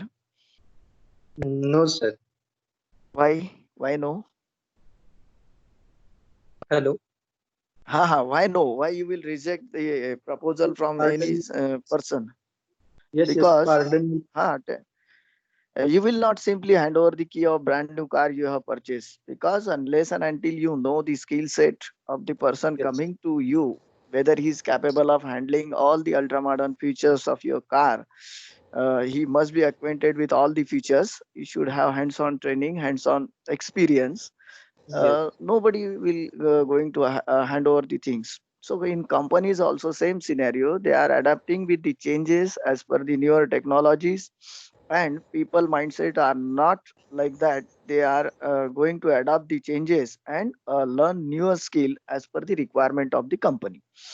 So this during pandemic also, or these are the opportunities for the industrial person. What I feel, though I am not associated with actual industry, being person from educational industry and continuous discussion with HR and other people, what I come to know, they are also thinking of this being a good chance to kick off the people who are reluctant in learning the new things and adapting themselves to learn the newer technology.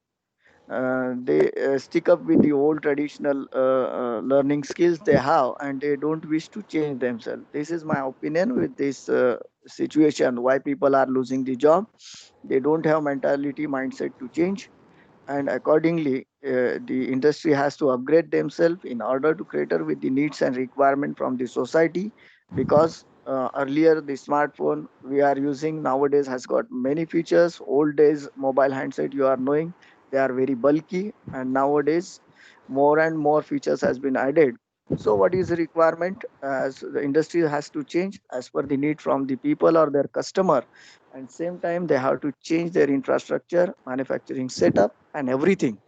And so do they expect some people they should adopt the changes or upgrade their skill with regard to their requirement. I hope this has satisfied your query, why people Yes, are sir. losing the jobs. Job Thank you, will sir. always be there, but the only thing is that the skill set requirement will be changed, and you have to adopt that.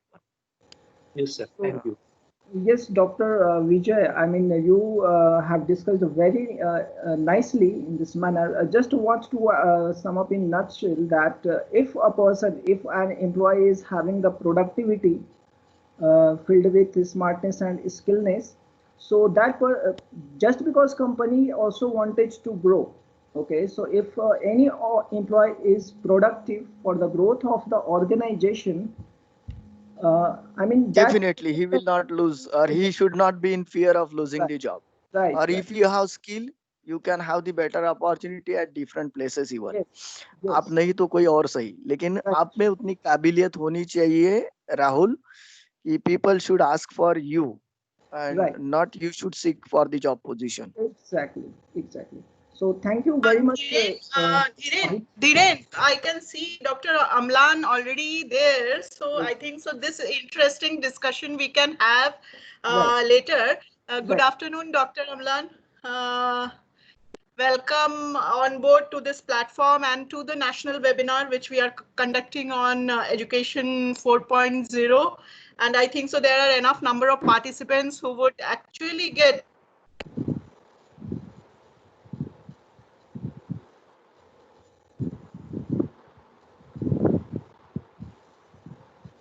Madam, you're not audible. Yeah, yeah, I think it's freeze, right? Right, right. Yeah, So welcome, Dr. Amlan, sir. thank you. So just because we are running short of time, we can directly start ahead with Yeah, your presentation. that's fantastic. Yeah.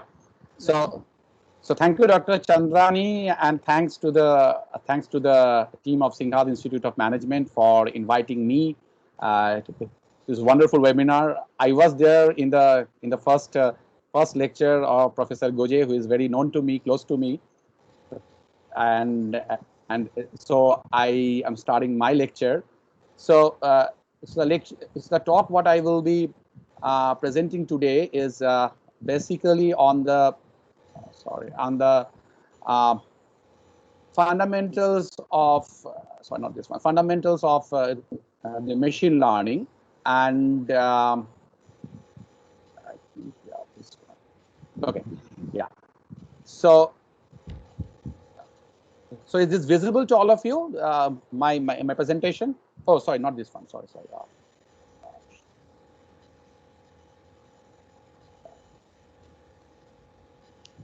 Is this visible to all of you? Sir, please select the different screen. Actually, the different screen is showing.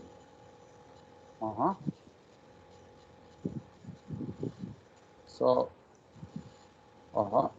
let me close this. stop sharing, sir, and restart the sharing mode. Okay. So stop sharing. Restart the sharing, right?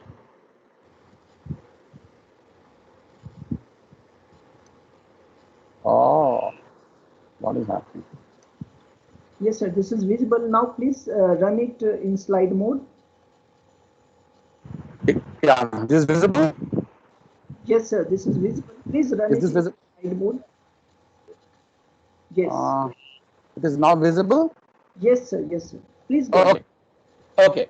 So title of my talk is Machine Learning and Exploratory Tool, and I will try to discuss the key concepts of this tool, because as we know that machine learning is now everywhere.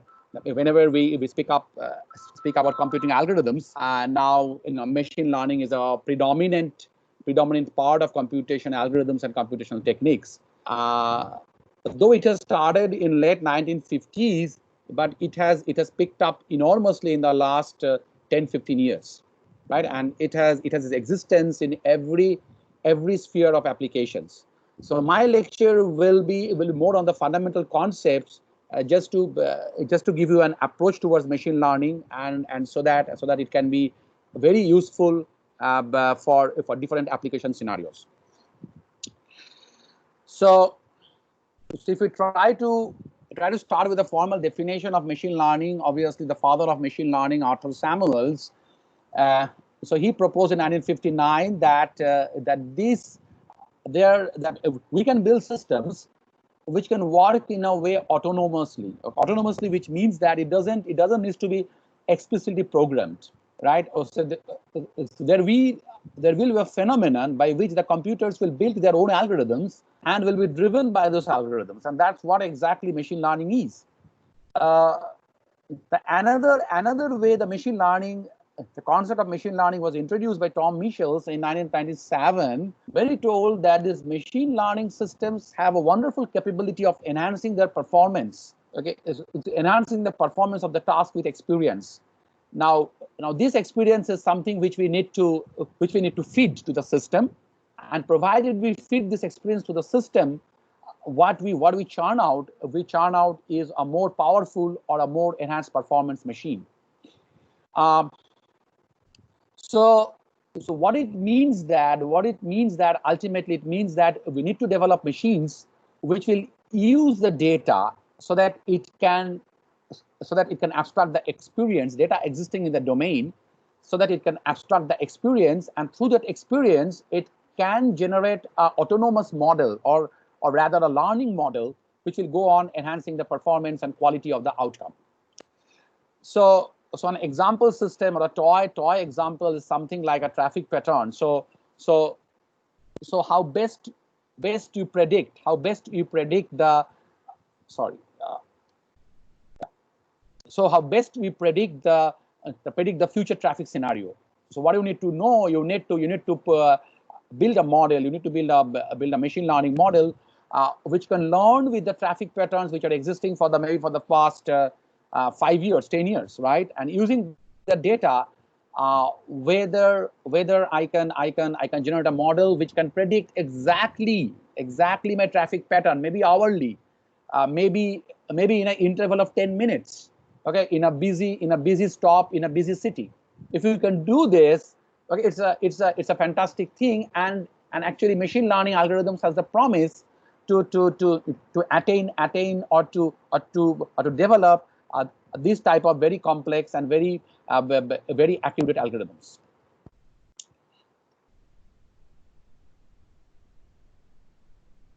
So as I told you, there may be different ways you can visualize the tasks.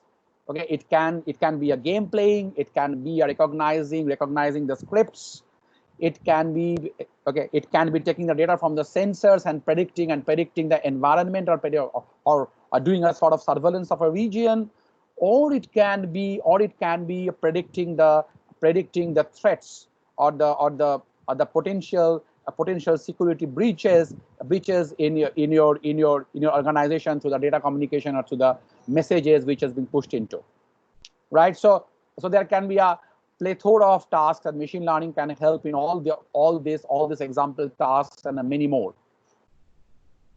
So am I clear to all of you? That means it is clear, right? The audio and the presentation. Yes, sir. You are audible and everything is fine. Okay, fine, great. So if we try to see that what is a traditional machine learning, what is a traditional programming, and compared to vis-a-vis machine learning. So in traditional programming, what do we try to do? We analyze the problem well, and then we try to build an algorithm which may be a particular chosen approach for the particular designer of the algorithm he or she is comfortable with, or he or she feels that the algorithm can give the success. And once I find the algorithm, then I implement the algorithm in my system. Okay, and this system now works statically, in the sense that the algorithm which is being implemented in the system, okay, is a static algorithm. So you cannot actually, so the algorithm might fail when we have a slight change in the scenarios. Okay, when from the traffic light of Kolkata to the traffic light of it's a traffic of Kolkata, in the same algorithm, if I try to fit the traffic of Pune, it may be different. Because why it may be different? Because number of roads may be different. Okay, number of city intersections may be different. The intensity of the traffic at different points of the time in the day may be different compared to Pune, compared to Kolkata, or maybe from Pune to San Francisco. So the model will so the algorithm will not work. In this case, how machine learning can work? So what machine learning will do? Machine learning will analyze the data of the traffic in Kolkata and will build the model of Kolkata. Will analyze the data of the traffic of Pune and will build the model for Pune. Will analyze the data for the traffic of San Francisco and will build a model for San Francisco. So what it means that this algorithm has the inherent capability to explore the history data and to find and to earn the knowledge to the history outcome, because for the history information I know the data and the outcome. From that I can try to find out that what is the approximate way of actually modeling this particular problem, and provided we model the particular problem based on my history data, this will be successful enough to work on the data which will be coming in a new way, right? And that's the entire game of machine learning, and that's where it differs vastly from the traditional computer algorithms. Though they are very good, though the many existing systems are still working with traditional computer algorithms, but the machine learning algorithms will have a great play when you have a great variation in your scenarios, and then your algorithm, classical or normal conventional algorithms will fail. So if you look into the development of the machine learning, starting from the naive computer algorithm to the very exorbitant distributed agents, swarm agents, based on deep learning, it's a fascinating progress. It's a fascinating evolution. So it started in 1960 when the computer program itself got matured, and people try to run the program instead of mechanical job, because the program can perform the same job in a iterative way instead of investing in manual labor.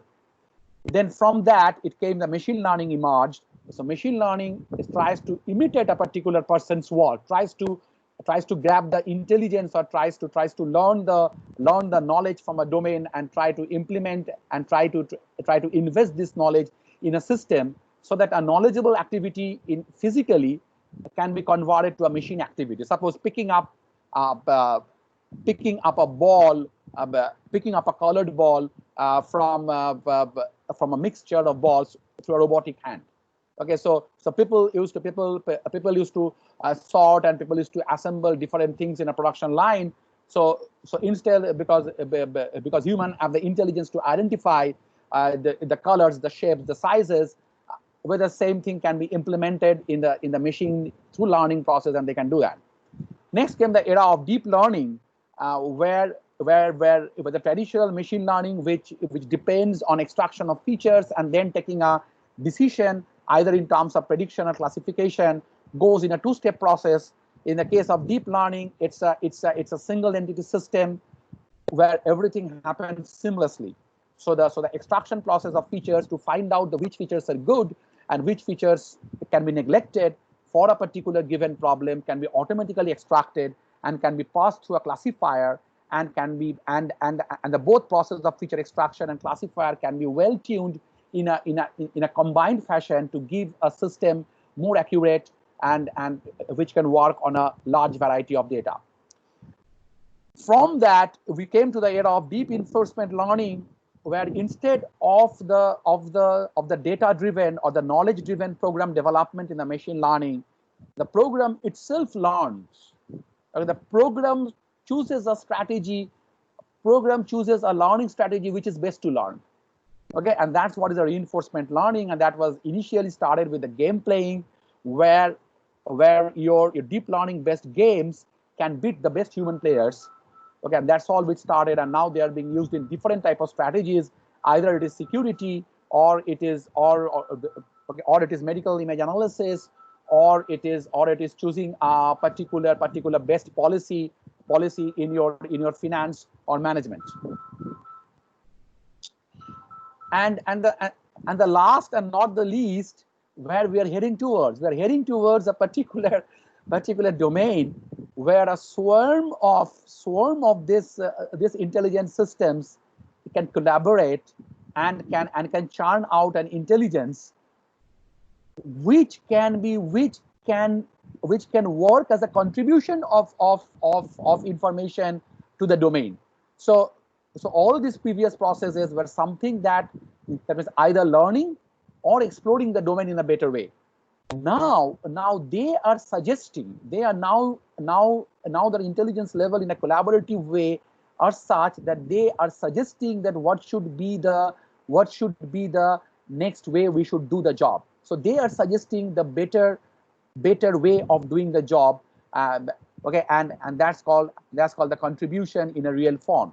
Okay, they are contributing to the knowledge development. So they are defining what should be the new knowledge path. Okay, so that is very fascinating, and that is the domain of distributed agent, swarm, and deep reinforcement learning, which are coming in the next couple of years. Now let us look into when we discuss the fascinating approaches of machine learning, that how it practically helps me. That's a big question for the students or for the people who are just trying to get interested in this fascinating domain of machine learning.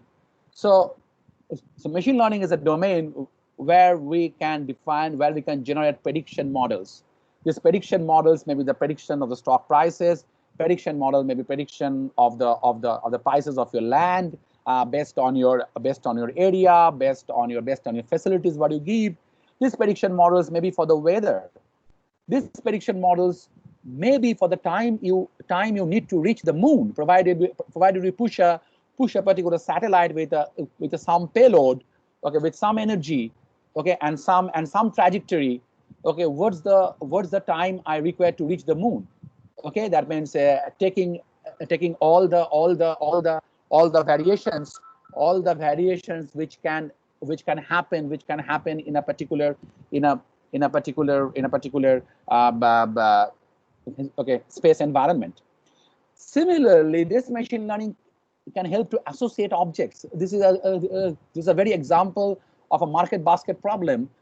Provided we buy one, whether there can be a prediction that you also require two, or you also require item 2, or you also require item 3. Provided we buy a juice, means that you are going for a breakfast, right? So you require bananas. So you might be requiring milk. Okay, so you might be requiring bread. So this is a recommender system which actually defines on your usage history, not only of your own history of a large number of persons in a wide number of groups, what they have chosen, provided they have chosen what they have chosen next, provided they have chosen juice first. So this is the way of association, and through association you can build recommending system which helps in business enormously, which helps to increase your customer base enormously.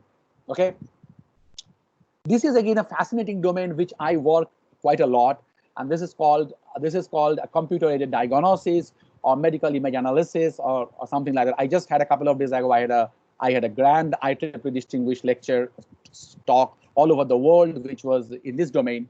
So what this does, this tries to classify, or this tries to detect, or it tries to localize the objects in a very complex structures, which are which are this radiology images. Okay, and these are pretty complex. I'm not going into details on this, but these are pretty complex stuff, task to do, because these are smaller in size. The distinction between regions are not very the regions are not very distinct. They are not well demarcated like the lengths of a road. Okay, you know that, okay, there's a boundary when you have the lengths in a road. You know that the pavement starts with some particular color. You know the, okay, that means you know the road texture is a particular color. But this type of gross boundaries are not there when we go in this type of biomedical images, and that's what is the difficulty. And this particular machine learning algorithms tries to develop strategies by which they can automatically classify the depth of the disease, and also to find out or detect that whether the disease actually exists. Okay, and that's a big domain, is called the computer-aided detection and diagnosis with the help of machine learning and deep learning. Last but not the least, now machine learning, actually we also have started a project, and we have a defense project on this particular domain, where we are trying to explore the machine learning activities to find what are the different types of activities being performed in your system, very different types of which I call outliers. Whether we can detect outliers, whether we can detect some of the things which happen which have a gross deviation from your normal activity. So any person has done something which is not normal from his or her activity. So whether this has been done by him or her actually, or there is any underlying agent which has been developed through ML and which is masking his or her activity. And I'm telling you, this is very important, and this will be a very important domain, because the present domain of online platform is leading us to this particular domain, where we need to understand or we need to trap very intelligent security breaches which are happening, and then machine learning or deep learning can be a very, very good way to tackle those problems. And this is a deep learning, and then after the traditional machine learning, the era what has started is called deep learning, and this is fascinating. When you see, so it's, though we are mostly technologists, researchers, or scientists, that means so I hope that in today's webinar, maybe people from industries are also attending, are also there. So this is just a fascinating thing for us technologists, when we see that big business houses, okay, are really thinking of a particular technology. So if they are thinking of a particular technology, it means that that technology is actually contributing a lot. Okay, so that is a very good boost to our machine learning and the new era of machine learning, which is deep learning, where we see that every big enterprises, be it Google, be it IBM, be it Bloomberg, be it Amazon, okay, every big houses are now promoting this platform, and now doing a hell lot of research in this particular domain.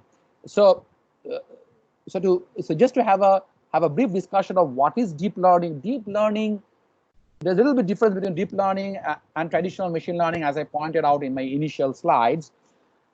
The concept of deep learning is basically deep networks, right? And what is a network? I have a brief discussion in the last part of my lecture, but just to let you know that these particular networks are nothing but interconnected layers, and these interconnected layers actually does multiple transformations with your initial data, okay, and tries to generate a highest possible abstraction, okay, which is very good for identifying that particular data, or classifying that particular data, or doing some sort of prediction, right? Okay, and this entire model of deep learning starts very basically from a single neuron which builds our nervous system. So a single neuron in our nervous system has a certain functionality, has a very small functionality to do a bit of functional assessment of the data which it captures to the sensory nerves.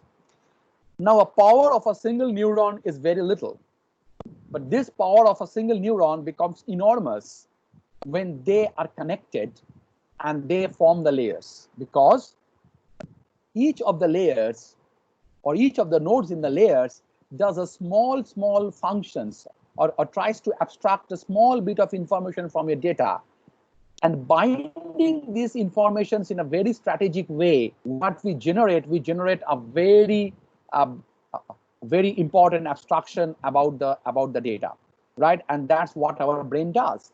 Our brain stacks up this neural this neuron nodes in a multiple layer form, and does multiple functions in the layer, and tries to do a lot of complex operations. Okay, and so the deep learning is nothing but imitating the brain. Obviously we are still far away of imitating the entire brain. Still, the deep learning is only a fraction of the brain activities we have been able to impart. And all of you know the deep brain research, which is a very jargon, which is a very prominent jargon in the research domain, is now being practiced in many of the frontlining research labs all over the world. And as I am connected to Princeton, well, I know that they are doing a great research in deep learning. I know Purdue is doing a great research in deep learning, or deep brain research. So the entire deep brain research is that how to abstract the brain functions and how to put them in our artificial systems to build up the deep networks. Okay, so this is what is deep learning in a sense. What I told, if we try to define those activities in terms of mathematical formulations, these are nothing but a series of transformations and cascaded transformations which evaluate different functions and tries to resolve, and tries to do a sort of resolving the object or data at the last layer. Either it is classification, or it is a sort of prediction. Okay, so this is an example with how fantastic deep learning works with a very complex scenario where they have to label each the diversified objects in a busy city, right? And they and this is well done using deep learning. So what we are into, we are into a scenario of smarter world. Okay, and it is not, that means obviously we are at present machine to machine interaction is very well done with our traditional ML and also DL, but what we are into machine human interaction. Okay, and those are the days where your machine learning and deep learning interplay can help our human for the benefit. Though there is a caveat that whether it is for the benefit of our human, or it is for a very wrong purpose, that depends on us only.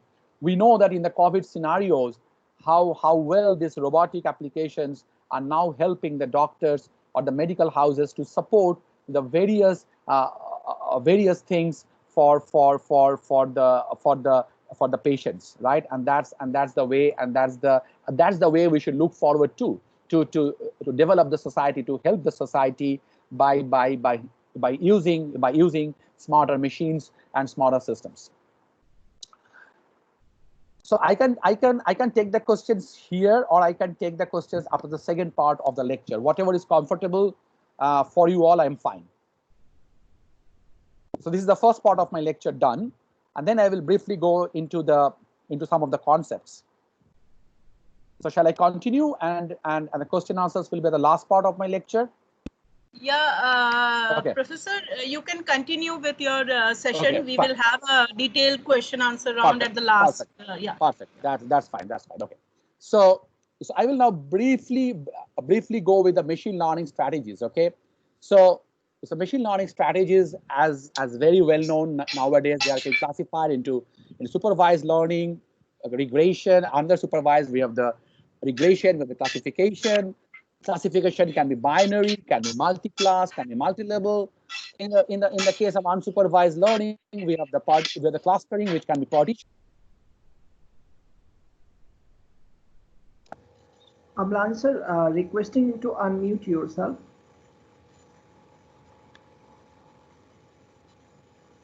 Amlan sir, please unmute yourself. Okay. Yeah. Yes, you are audible, and please run this slide. Okay. So this is okay? No, this is not in running mode. Oh, really? Is it okay? No?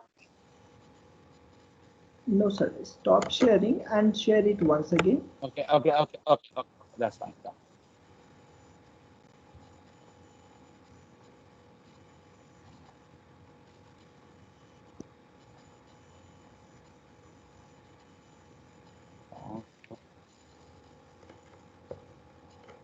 Is it okay now? I think it will come.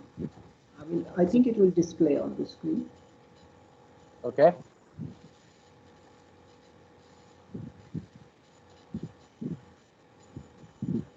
Still not displayed. Please try once. Is it okay now? No, please try once more. Okay.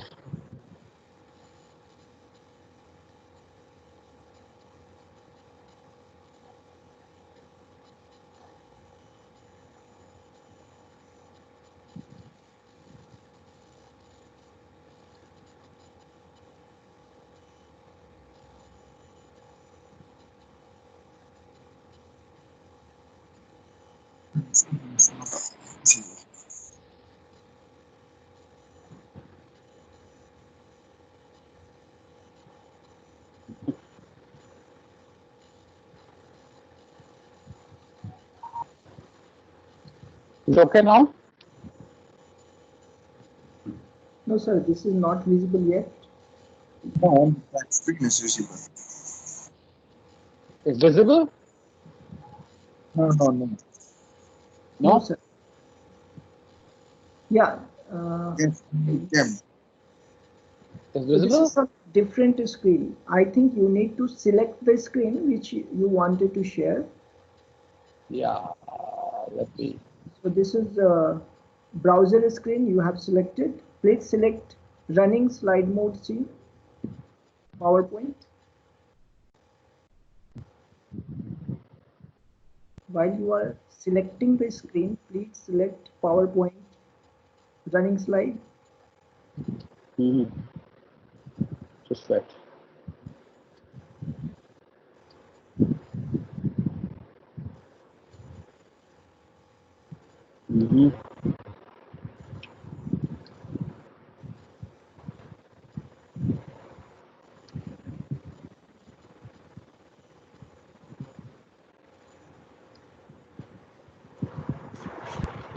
Is it shared now? Yes, it came now. Okay, great. Fine, fantastic. So, so these are the machine learning techniques, supervised, unsupervised, reinforcements. I will just give you some brief example of all of this. Okay, so supervised learning, it actually takes a supervisor. So the name supervised learning itself incorporates that name, which is the supervisor. So what is a supervisor? Supervisor is something which is an existing knowledge. So that knowledge helps you to build and that knowledge is abstracted to the training set. So what is a training set? The training set, suppose I show you an example here so the example shows that this is a prediction model, and what I'm trying to predict is I'm trying to predict the price of a house provided I give the area of the house. So now how I build the model, that means I build the model in a supervised method, right? Okay, and this is actually called a regression. So the regression model is being built up with the data set or with a training set, which has the data consisting of the areas of the house and the corresponding prices. And this data has been collected, has been generated by some form. Maybe I have looked into the previous sale records of the houses, and I have collected the data, and that data tells me that, hey, look, that okay, this was the area of the house, and this was the price of the house. So in this way, I have collected the data in some, either it is supplied or either have collected. Now this data is known to me. Now with this data, can I build up a model which can help a real estate agent to find that what is the price of the house according to the present market standard, and then he or she can add his or her profit and can give the actual sell price. Similarly, this can be also used by a person who is trying to buy a house. He or she can fix a budget. So provided the model is being developed using the known data, this model can help for predicting the value for any new data item. But what I actually generate, I actually use a learning algorithm. In this case, the learning algorithm is a regression. In a regression, we have the parameters which needs to be learned, and this learning will be done based on the training set. I am not going into details due to the limitation of the time. I can take a whole lecture only on regression, but due to limitation of time, I'm not going into details of each of the techniques. But this is, in a nutshell, what you need to understand is that it uses a training set, and based on training set, you take a learning model, and this learning model gets learned. In this case, learning model is a linear regression learning model, and this learning model learns the parameters, and through the parameters, what it generates a hypothesis. So this straight line or the outcome of my model is a hypothesis H, which tells a function exists between your input X and your outcome Y. So your Y is a function of X. Now this X, in this particular example, maybe one variable which is called a feature, which is the area of the house, but this can go to large numbers in real problems. You can have 10, 20, 50, 500, 1,000 features. Whether you will do linear regression in that case, that's a different proposition. But just to understand, give you a view of the problem, you know that this particular problem can be expanded to multiple inputs. And what I generate is a predicted output Y. Because why it's a predicted output? Because you see, my function which draws the line is not falling over all the points. These points are the training data. So my model satisfies majority of the training data, or gives a very low error for all the training data. And provided my error is within a particular certain amount, I can tell the model is perfect. Because if I get a price of $500 or maybe $510 or $495, it hardly matters. Okay, it doesn't shoots up between 500 to 700 in my error. So that error also depends on the particular domain or on the particular problem or the particular data set you are handling with. But just to stop here, I will tell that you can use the model in this form. So it incorporates a training set. It tunes the parameters of the learning model. It generates a predicted outcome, and provided the predictive outcome that means has low error, you can accept that and you can use that as a good model. So this is a regression. The difference between, so regression is a model where you see the outcome can have continuous values. So the prices of the house can be, that means you see the dots are not only merging in the discrete levels, the dots are also in the intermediate level. So it means that it can have any value between $0 to $1,000, that means or $10,000 theoretically. So theoretically, my outcome can be any possible value within a continuous range of value. This is another supervised learning technique is called classification, where the outcome can only be of a fixed of fixed values, and these values are called labels. So which means that, suppose you take example of identification of an object. So if I give a group of fruits to you, and I tell that, hey, my classes are bananas, oranges, and apples. So when you pass the bunch of fruits, it will either generate for a particular input of a fruit. Okay, it will either generate its outcome is orange, or its outcome is apple, or its outcome is banana. So it means that the outcome can be only a fixed set of possibilities, and that is what is called the classification problem.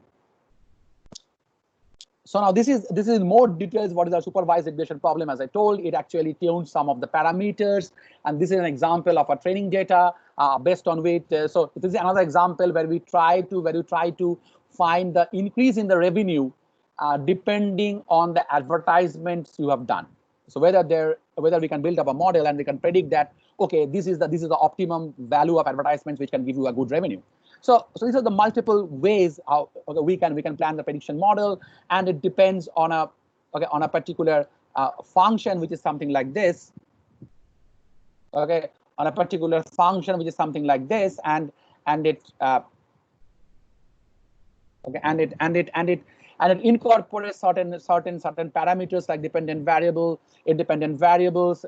For example, in this particular example, number of radio ads is independent variable. These are my features, and the revenue, what I predict, is a dependent variable. And this function will have a slope which is defined by the slope of this function, and that means any linear function has a slope and an intercept, and also there's an error of this associated with the particular function.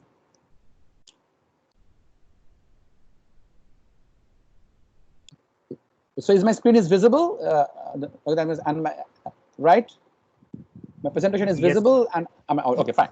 So this is what is a classification problem that, as I already explained. So a good example of a classification problem maybe detecting the classifying in a biomedical image or a medical data, whether that data leads to a benign patient or that data leads to a malignant patient, depending on different types of features. So this is a feature plot in the classification, and I can define boundaries. Class boundaries between this, and which can distinctly partitions a class which is identified as level 1 and another class identified as level 2. Similarly, this can be well applied for your text analytics, because as I know, text analytics is a very interesting domain nowadays, and also for the COVID pandemic scenarios where a lot of searches for the disease prognosis and for medicinal values and for the epidemic study. People are using text extraction. So a good example is that whether you can classify the text. For example, if I give you the news articles, whether my classifier can classify it, whether there's a related to foods, sports, and politics. And in general, though I show this as a binary classification, this is a ternary classification, and this is a general multi-class classification where it is not 1 class, 2 class, 3 class. You can have n number of classes, but you have to be very sure that these classes are fixed. So you cannot have like predictions. That means all the variable possibilities of values. So you have some fixed levels, and they can be 1, they can be 2, they can be 3, they can be 4, something like that. But they are well counted, and they are well labeled, and that's called a multi-class classification. So in the case of multi-class classification, what we try to do, we try to classify or try to define the category of given an x as an input. I try to categorize that whether this x falls in the category 1 or category 2. The other that means there's also another interesting problem in the classification, which is called a multi-level classification, which means that a particular data, instead of mapping to one class, can actually map to more than one class. For example, the genre of a movie, okay, can be It can be both, can be a comedy and can be a romance, right? So this is called though if I categorize the movie in best of censor, okay, censor certification, it is a multi-class, because it can be UA, it can be EU, it can be A. I am not so sure what are the classes, but you know that there are certain classes or certain levels which are assigned by the censor. So the same movie can be, so the same movie classification can be a multi-classification problem in terms of the censor. The same movie classification can be a multi-level problem in terms of the genre of the movie. Okay, and that's what is fantastic in the case of classification. So these were all about supervised learning. The next state of learning is called unsupervised learning, where we don't have any supervisor, we don't have any training data set. What do we need to find? We need to find the association or the similarity between the group of objects. Once we find the similarity between the group of objects, what we are also trying to find out the dissimilarity between the group of objects, because the similarity is defined by the based on the thresholds. So if the distance metric is within a threshold, I tell this is a similar. If the distance metric is above a threshold, I tell that this is a dissimilar. So by this process, what I try to do, I try to separate out. Okay, I separate out the objects which are of similar nature, and group the objects which are of similar nature, and in this way we try to generate different groups of objects or different clusters of objects, and this is very well known as clustering technique. Now, these clustering techniques, there are certain issues which we have to take care when we try to tell that I have achieved a good clustering.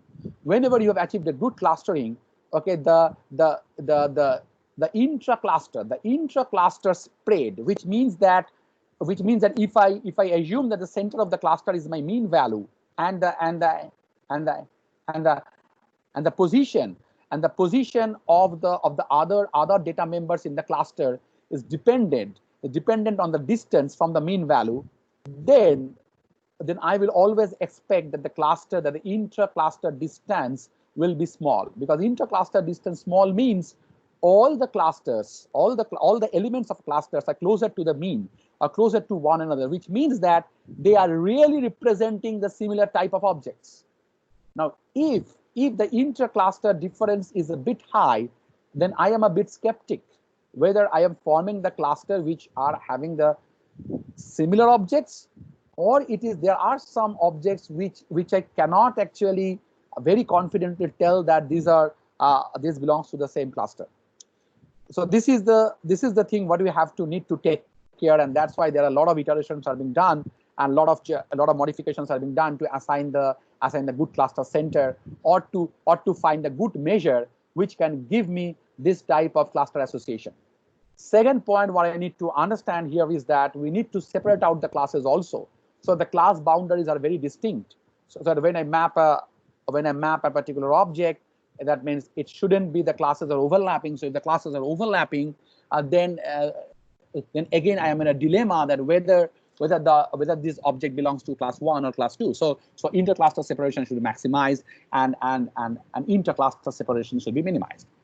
So this is essentially partition clustering. So the most important way we do clustering, or the most common way we do clustering, is called the partitional clustering, which is very well done, and which is very well explained in my illustration.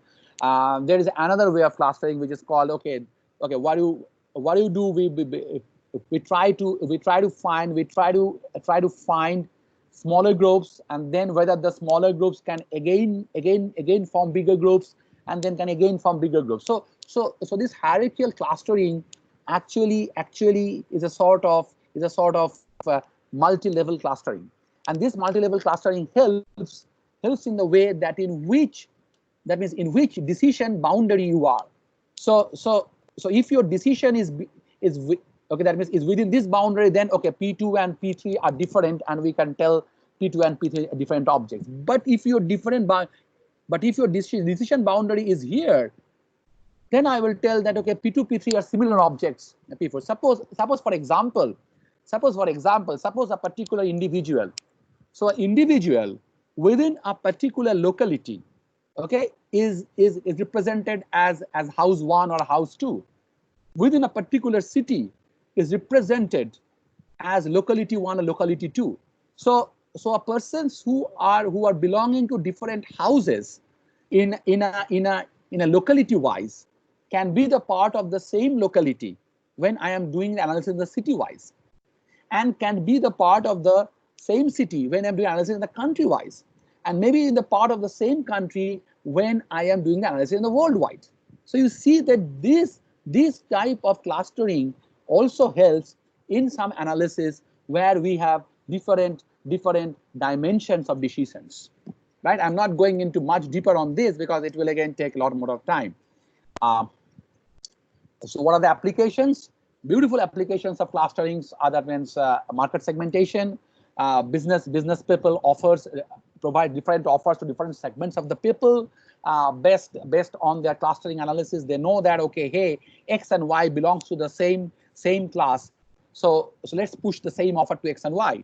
Hey, X and Z are of different class, so push one offer to X and a different offer to Z. And similarly, you will see a lot of these social networking recommendations are being done. That okay, I mean, this can be a probable friend. He or she may be a probable friend because what they have done, they have clustered. They have done clustering based on your behavioral, based on your personal information, and they have found that there are other peoples who forms in the same cluster but who are not your friend, and so they recommend that okay, this might be your friends, all right? And similarly, this clustering can be well used in the noise, in the signal processing. Those people who are doing signal processing is a clustering technique. Is a very good procedure to disassociate signals from the noise from the signals, because noise has a particular feature and signals has a particular feature. Once we know that okay, these are the features of the noise, whatever samples comes with these features, I just push it into the noise and I subtract that, and whatever I get into the signal features, I cluster into the signal data, and I do a sort of reconstruction or amplification of those, right? And obviously astronomical data analysis, where we try to cluster the different types of interspatial objects and interspatial data. So the next understanding after the supervised and unsupervised learning is basically reinforcement learning. And this reinforcement learning, as I told, that why I need this type of learning. I need this type of learning because in the case of supervised learning, I can only match at best my supervised my training data set. Suppose take an example of a game, right? In a gaming example, I can build a very intelligent gaming model.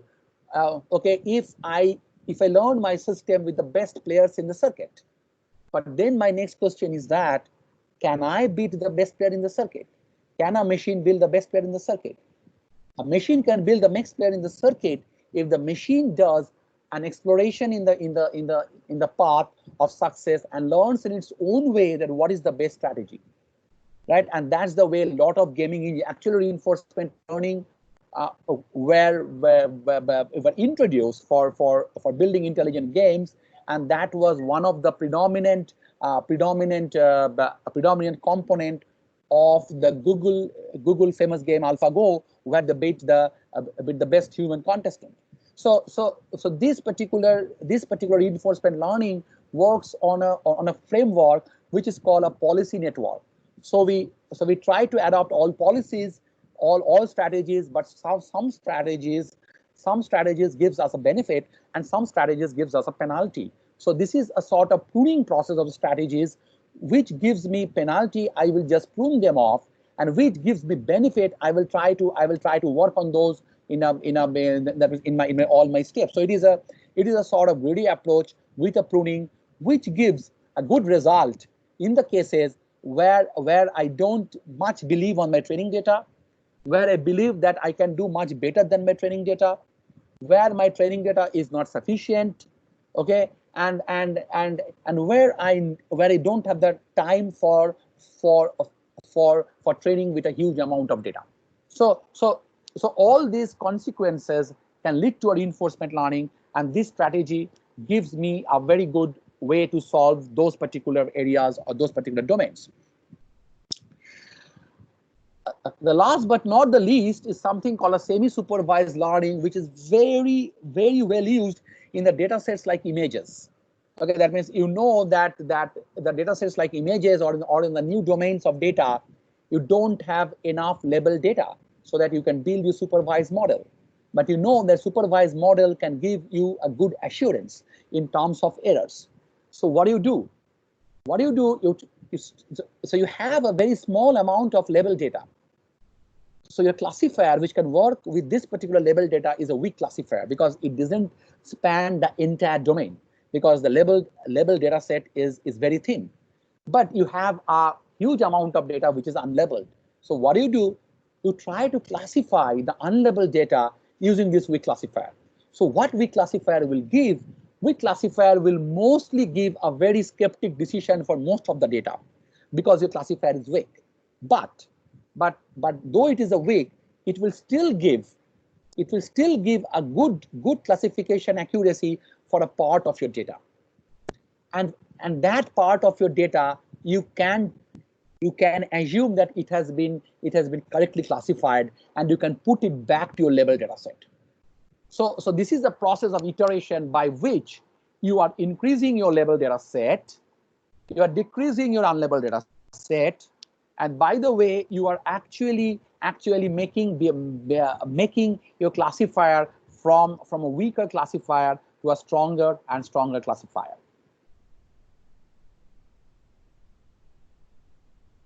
So application scenarios are variety, right? And this is what is so in a nutshell, when we are trying to design a learning system, okay, what we try to do, we try to abstract the environment experience, build a learner model which will use the training data, and will enhance the knowledge of the system, which is basically the performance. And then we test the performance of the system with my testing data. So from the environment itself, we actually split the environment or split our data into training and testing, right? So you use the training data to develop your learner model and to enhance the knowledge, and then you try to find that how good is the knowledge developed, how well is the learning has been done. So by testing it, and there are certain performance metrics like classification accuracy, prediction error, and false positive, false negative, all these things you can just associate to find the performance of your thing, and your performance is satisfactory. You can tell that, hey, I have developed the model good. And provided your new data will be within the same environment, okay, your model will work fine. If you change the environment also, it's not very troublesome. You can retrain your data, you can retrain your model with the new data, and you can still get a good model which can work on your new data, new domain, right? So the last part of the lecture. So just want to know how much time I have now.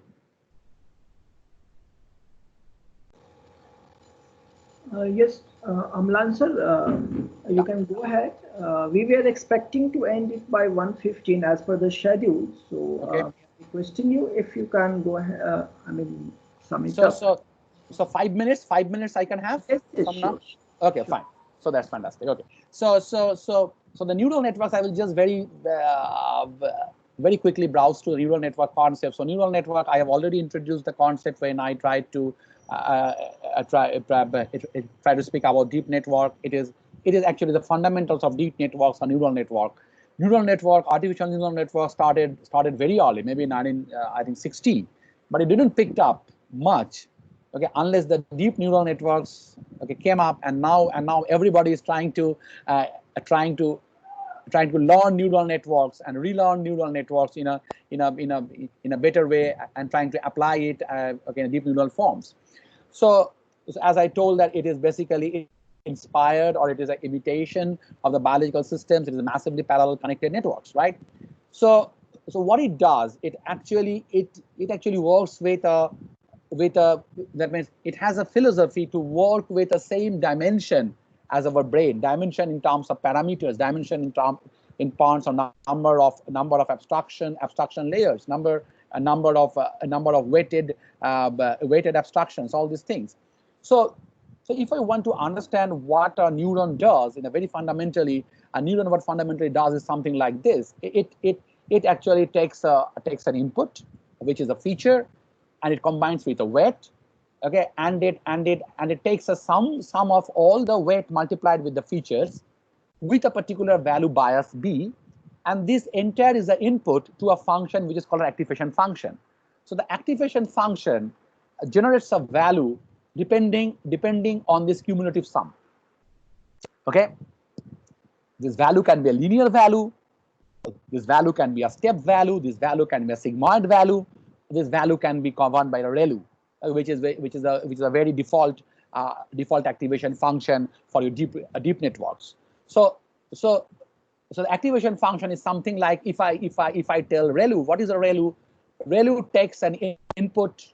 Okay, ReLU takes an input and it tries to define max between x and 0. So if you pass an input x, which is positive, okay, it will generate the same value.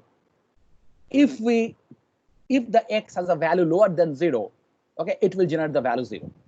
So this input combined with the weights and their sum is fed to the activation function, and this activation function will work according to the activation function we choose. And I just give an example of a ReLU activation function.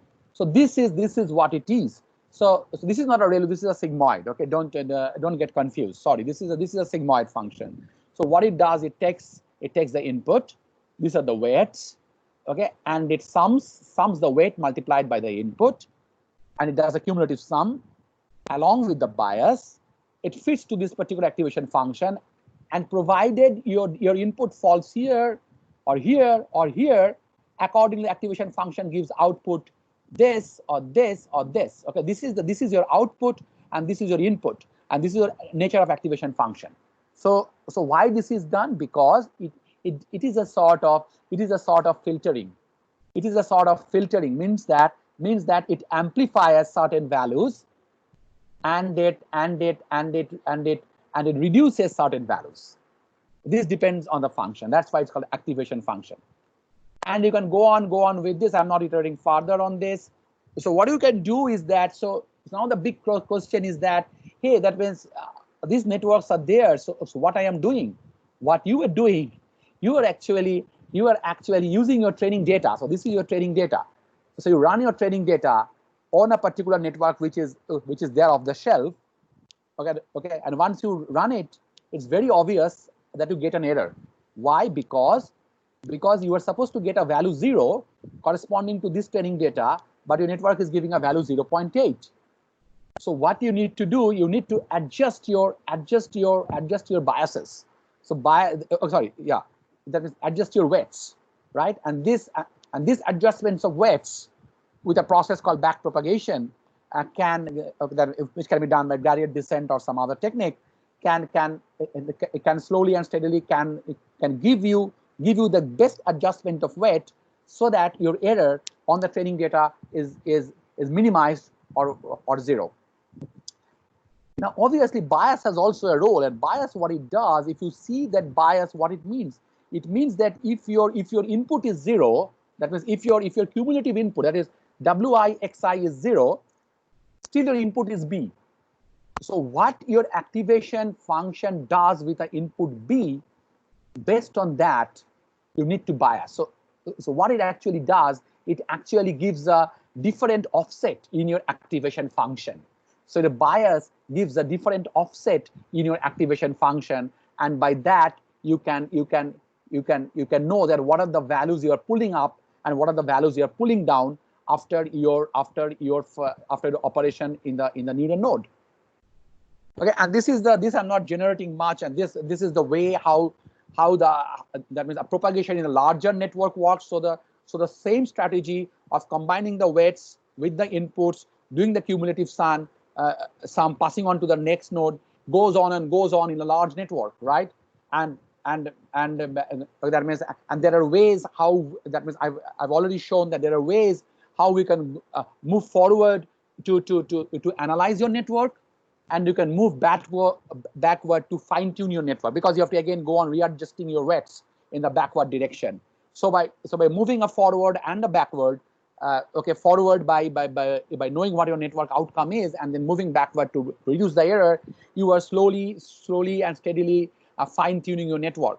Okay, and these all ultimately leads to that you can really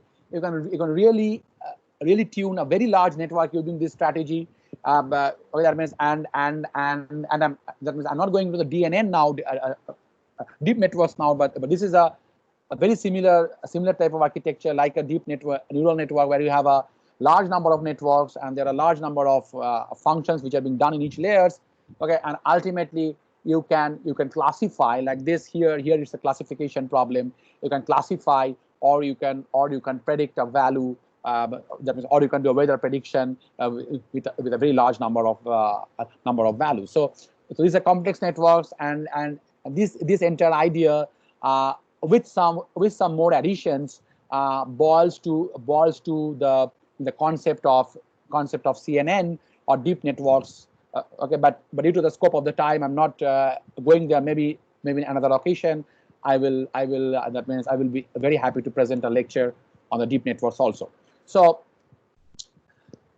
now I'm pretty in the last part of my lecture. So ML in practice requires a lot of things to understand. You have to understand the domain. You have to know how you fit the data. That has not been discussed much in my lecture. You require a lot of exercises to actually feed your data appropriately with your model, and that will generate a good learning strategies. Next, the interpretation of results, which is also a very important thing called visualization, because this is actually the purpose of your users. So users are not interested in how you have built the model, how you have fitted your data, how you have cleaned your data. They are mostly they most require your visualization. The doctors requires, hey, if your ML can accurately localize my tumor or classify my tumor. Your business business director wants that, hey, whether you can accurately predict my sales outcome. So this is how you made the visualizations, and okay, that means, and it's an iterative cycle. You cannot get a very good machine learning just in a one go. It's an iterative process. That means you have to reiterate in a loop, and then you can consolidate, and then you can have a very good deployment, which has discovered a new knowledge out of your data. Okay, there are fascinating platforms, open source platform. I actually prefer open source platforms. That means I have actually started a course on open source platform on ML and DL, and that means, and many of the organizations are IEEE, and they are trying to work with me in this domain. So these are fascinating platforms of ML and DL in the open source library for the faculty members, for the students, for the entrepreneurs. I will suggest that there is a hell lot of things in this ML and DL open source platform, and we can really churn out good applications out of this. So future of machine learning, as I told, there is a lot of issues that you can provide machine learning as a service, and this is a cloud-based service. So you don't need to do machine learning models. You need to develop machine learning models. You just put your data. Okay, you just put your data to me, and I am a machine learning as a service provider to you. I will give you good models. I will give you good visualizations, and you can run your business on mine. Okay, connected AI is something that is not the data from your own source. You can collect data from the variable multiple sources, and you can have a variety processes of developing your learning model, right? Okay, that means, and obviously there is a tremendous push in the terms of hardwares. We have very great GPU systems. We have very good power backup systems. We have multi-core processing to a great extent. Every organizations, every research labs are building their HPC so that based on the GPU, so that they can work in this algorithms, or they're investing on cloud platforms, and that's very fascinating in the domain of machine learning data processing, right? And the entire context machine learnings are working autonomously. We have the autonomous systems, the chatbots, the voice bots, the autonomous car, the autonomous vehicles, and all the things that means autonomous service for the patients. So all these are making a very interesting scenario in applications and in the use case, and for the students and researchers, it's really becoming a very fascinating domain of work. Okay, thank you all. Thank you so much, sir. It was really a great session by you, and I'm sure, very sure actually, that this session on machine learning will be very helpful for all of us. Thank you very much again for your precious time. And any questions, if there are any questions, those questions can be passed through email. Professor, so like I wanted you to talk a little on the outliers, I mean, how do we handle outliers and the difference between the regression residuals and the regression errors. Okay, so how actually a little light on that so that people will be able to understand for the outlier case or error and all and the residuals which we collect, so how they can means extract that what has to be done with them actually and how are they to be handled. Another question is that with the hierarchical clustering, so if there are outliers, so how do we handle them? I mean, you were saying that there are, clusters formed. So we form small clusters, then those small clusters become, yeah. So just a little light on that for the students and the staff. Yeah. So it's a very good question, Dr. Chandrani. So first of all, if we want to accommodate the data. So the problem with the outliers is that whether the outliers are, that is, we need to fit the outliers in the model or not. Okay, that's a question, right? So so normally the regression model, which looks to be very simple in the sense.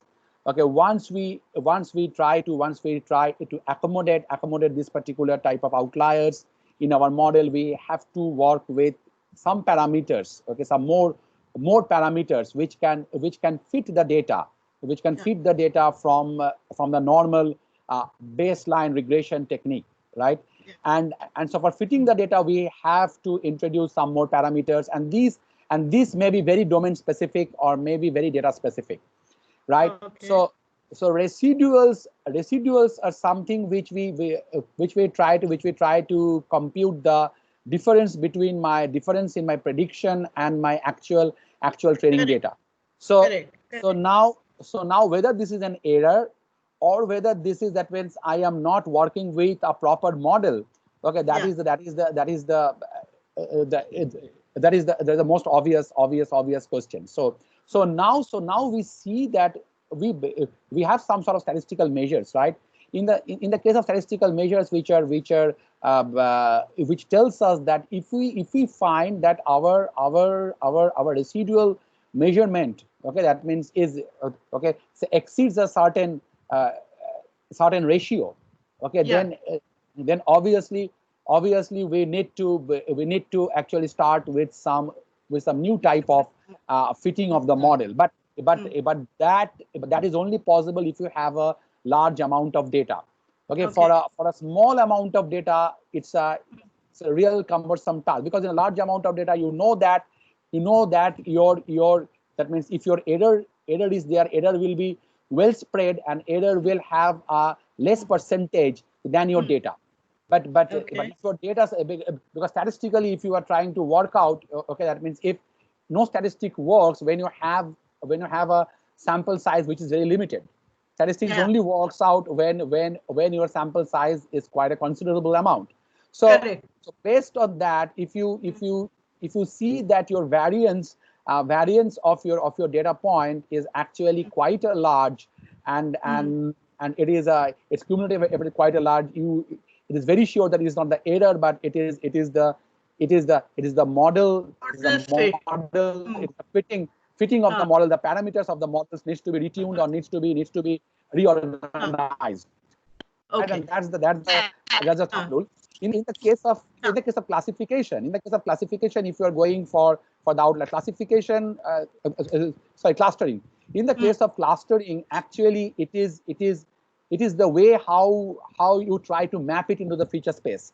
So some mapping. So then we speak something called transformation of the feature space.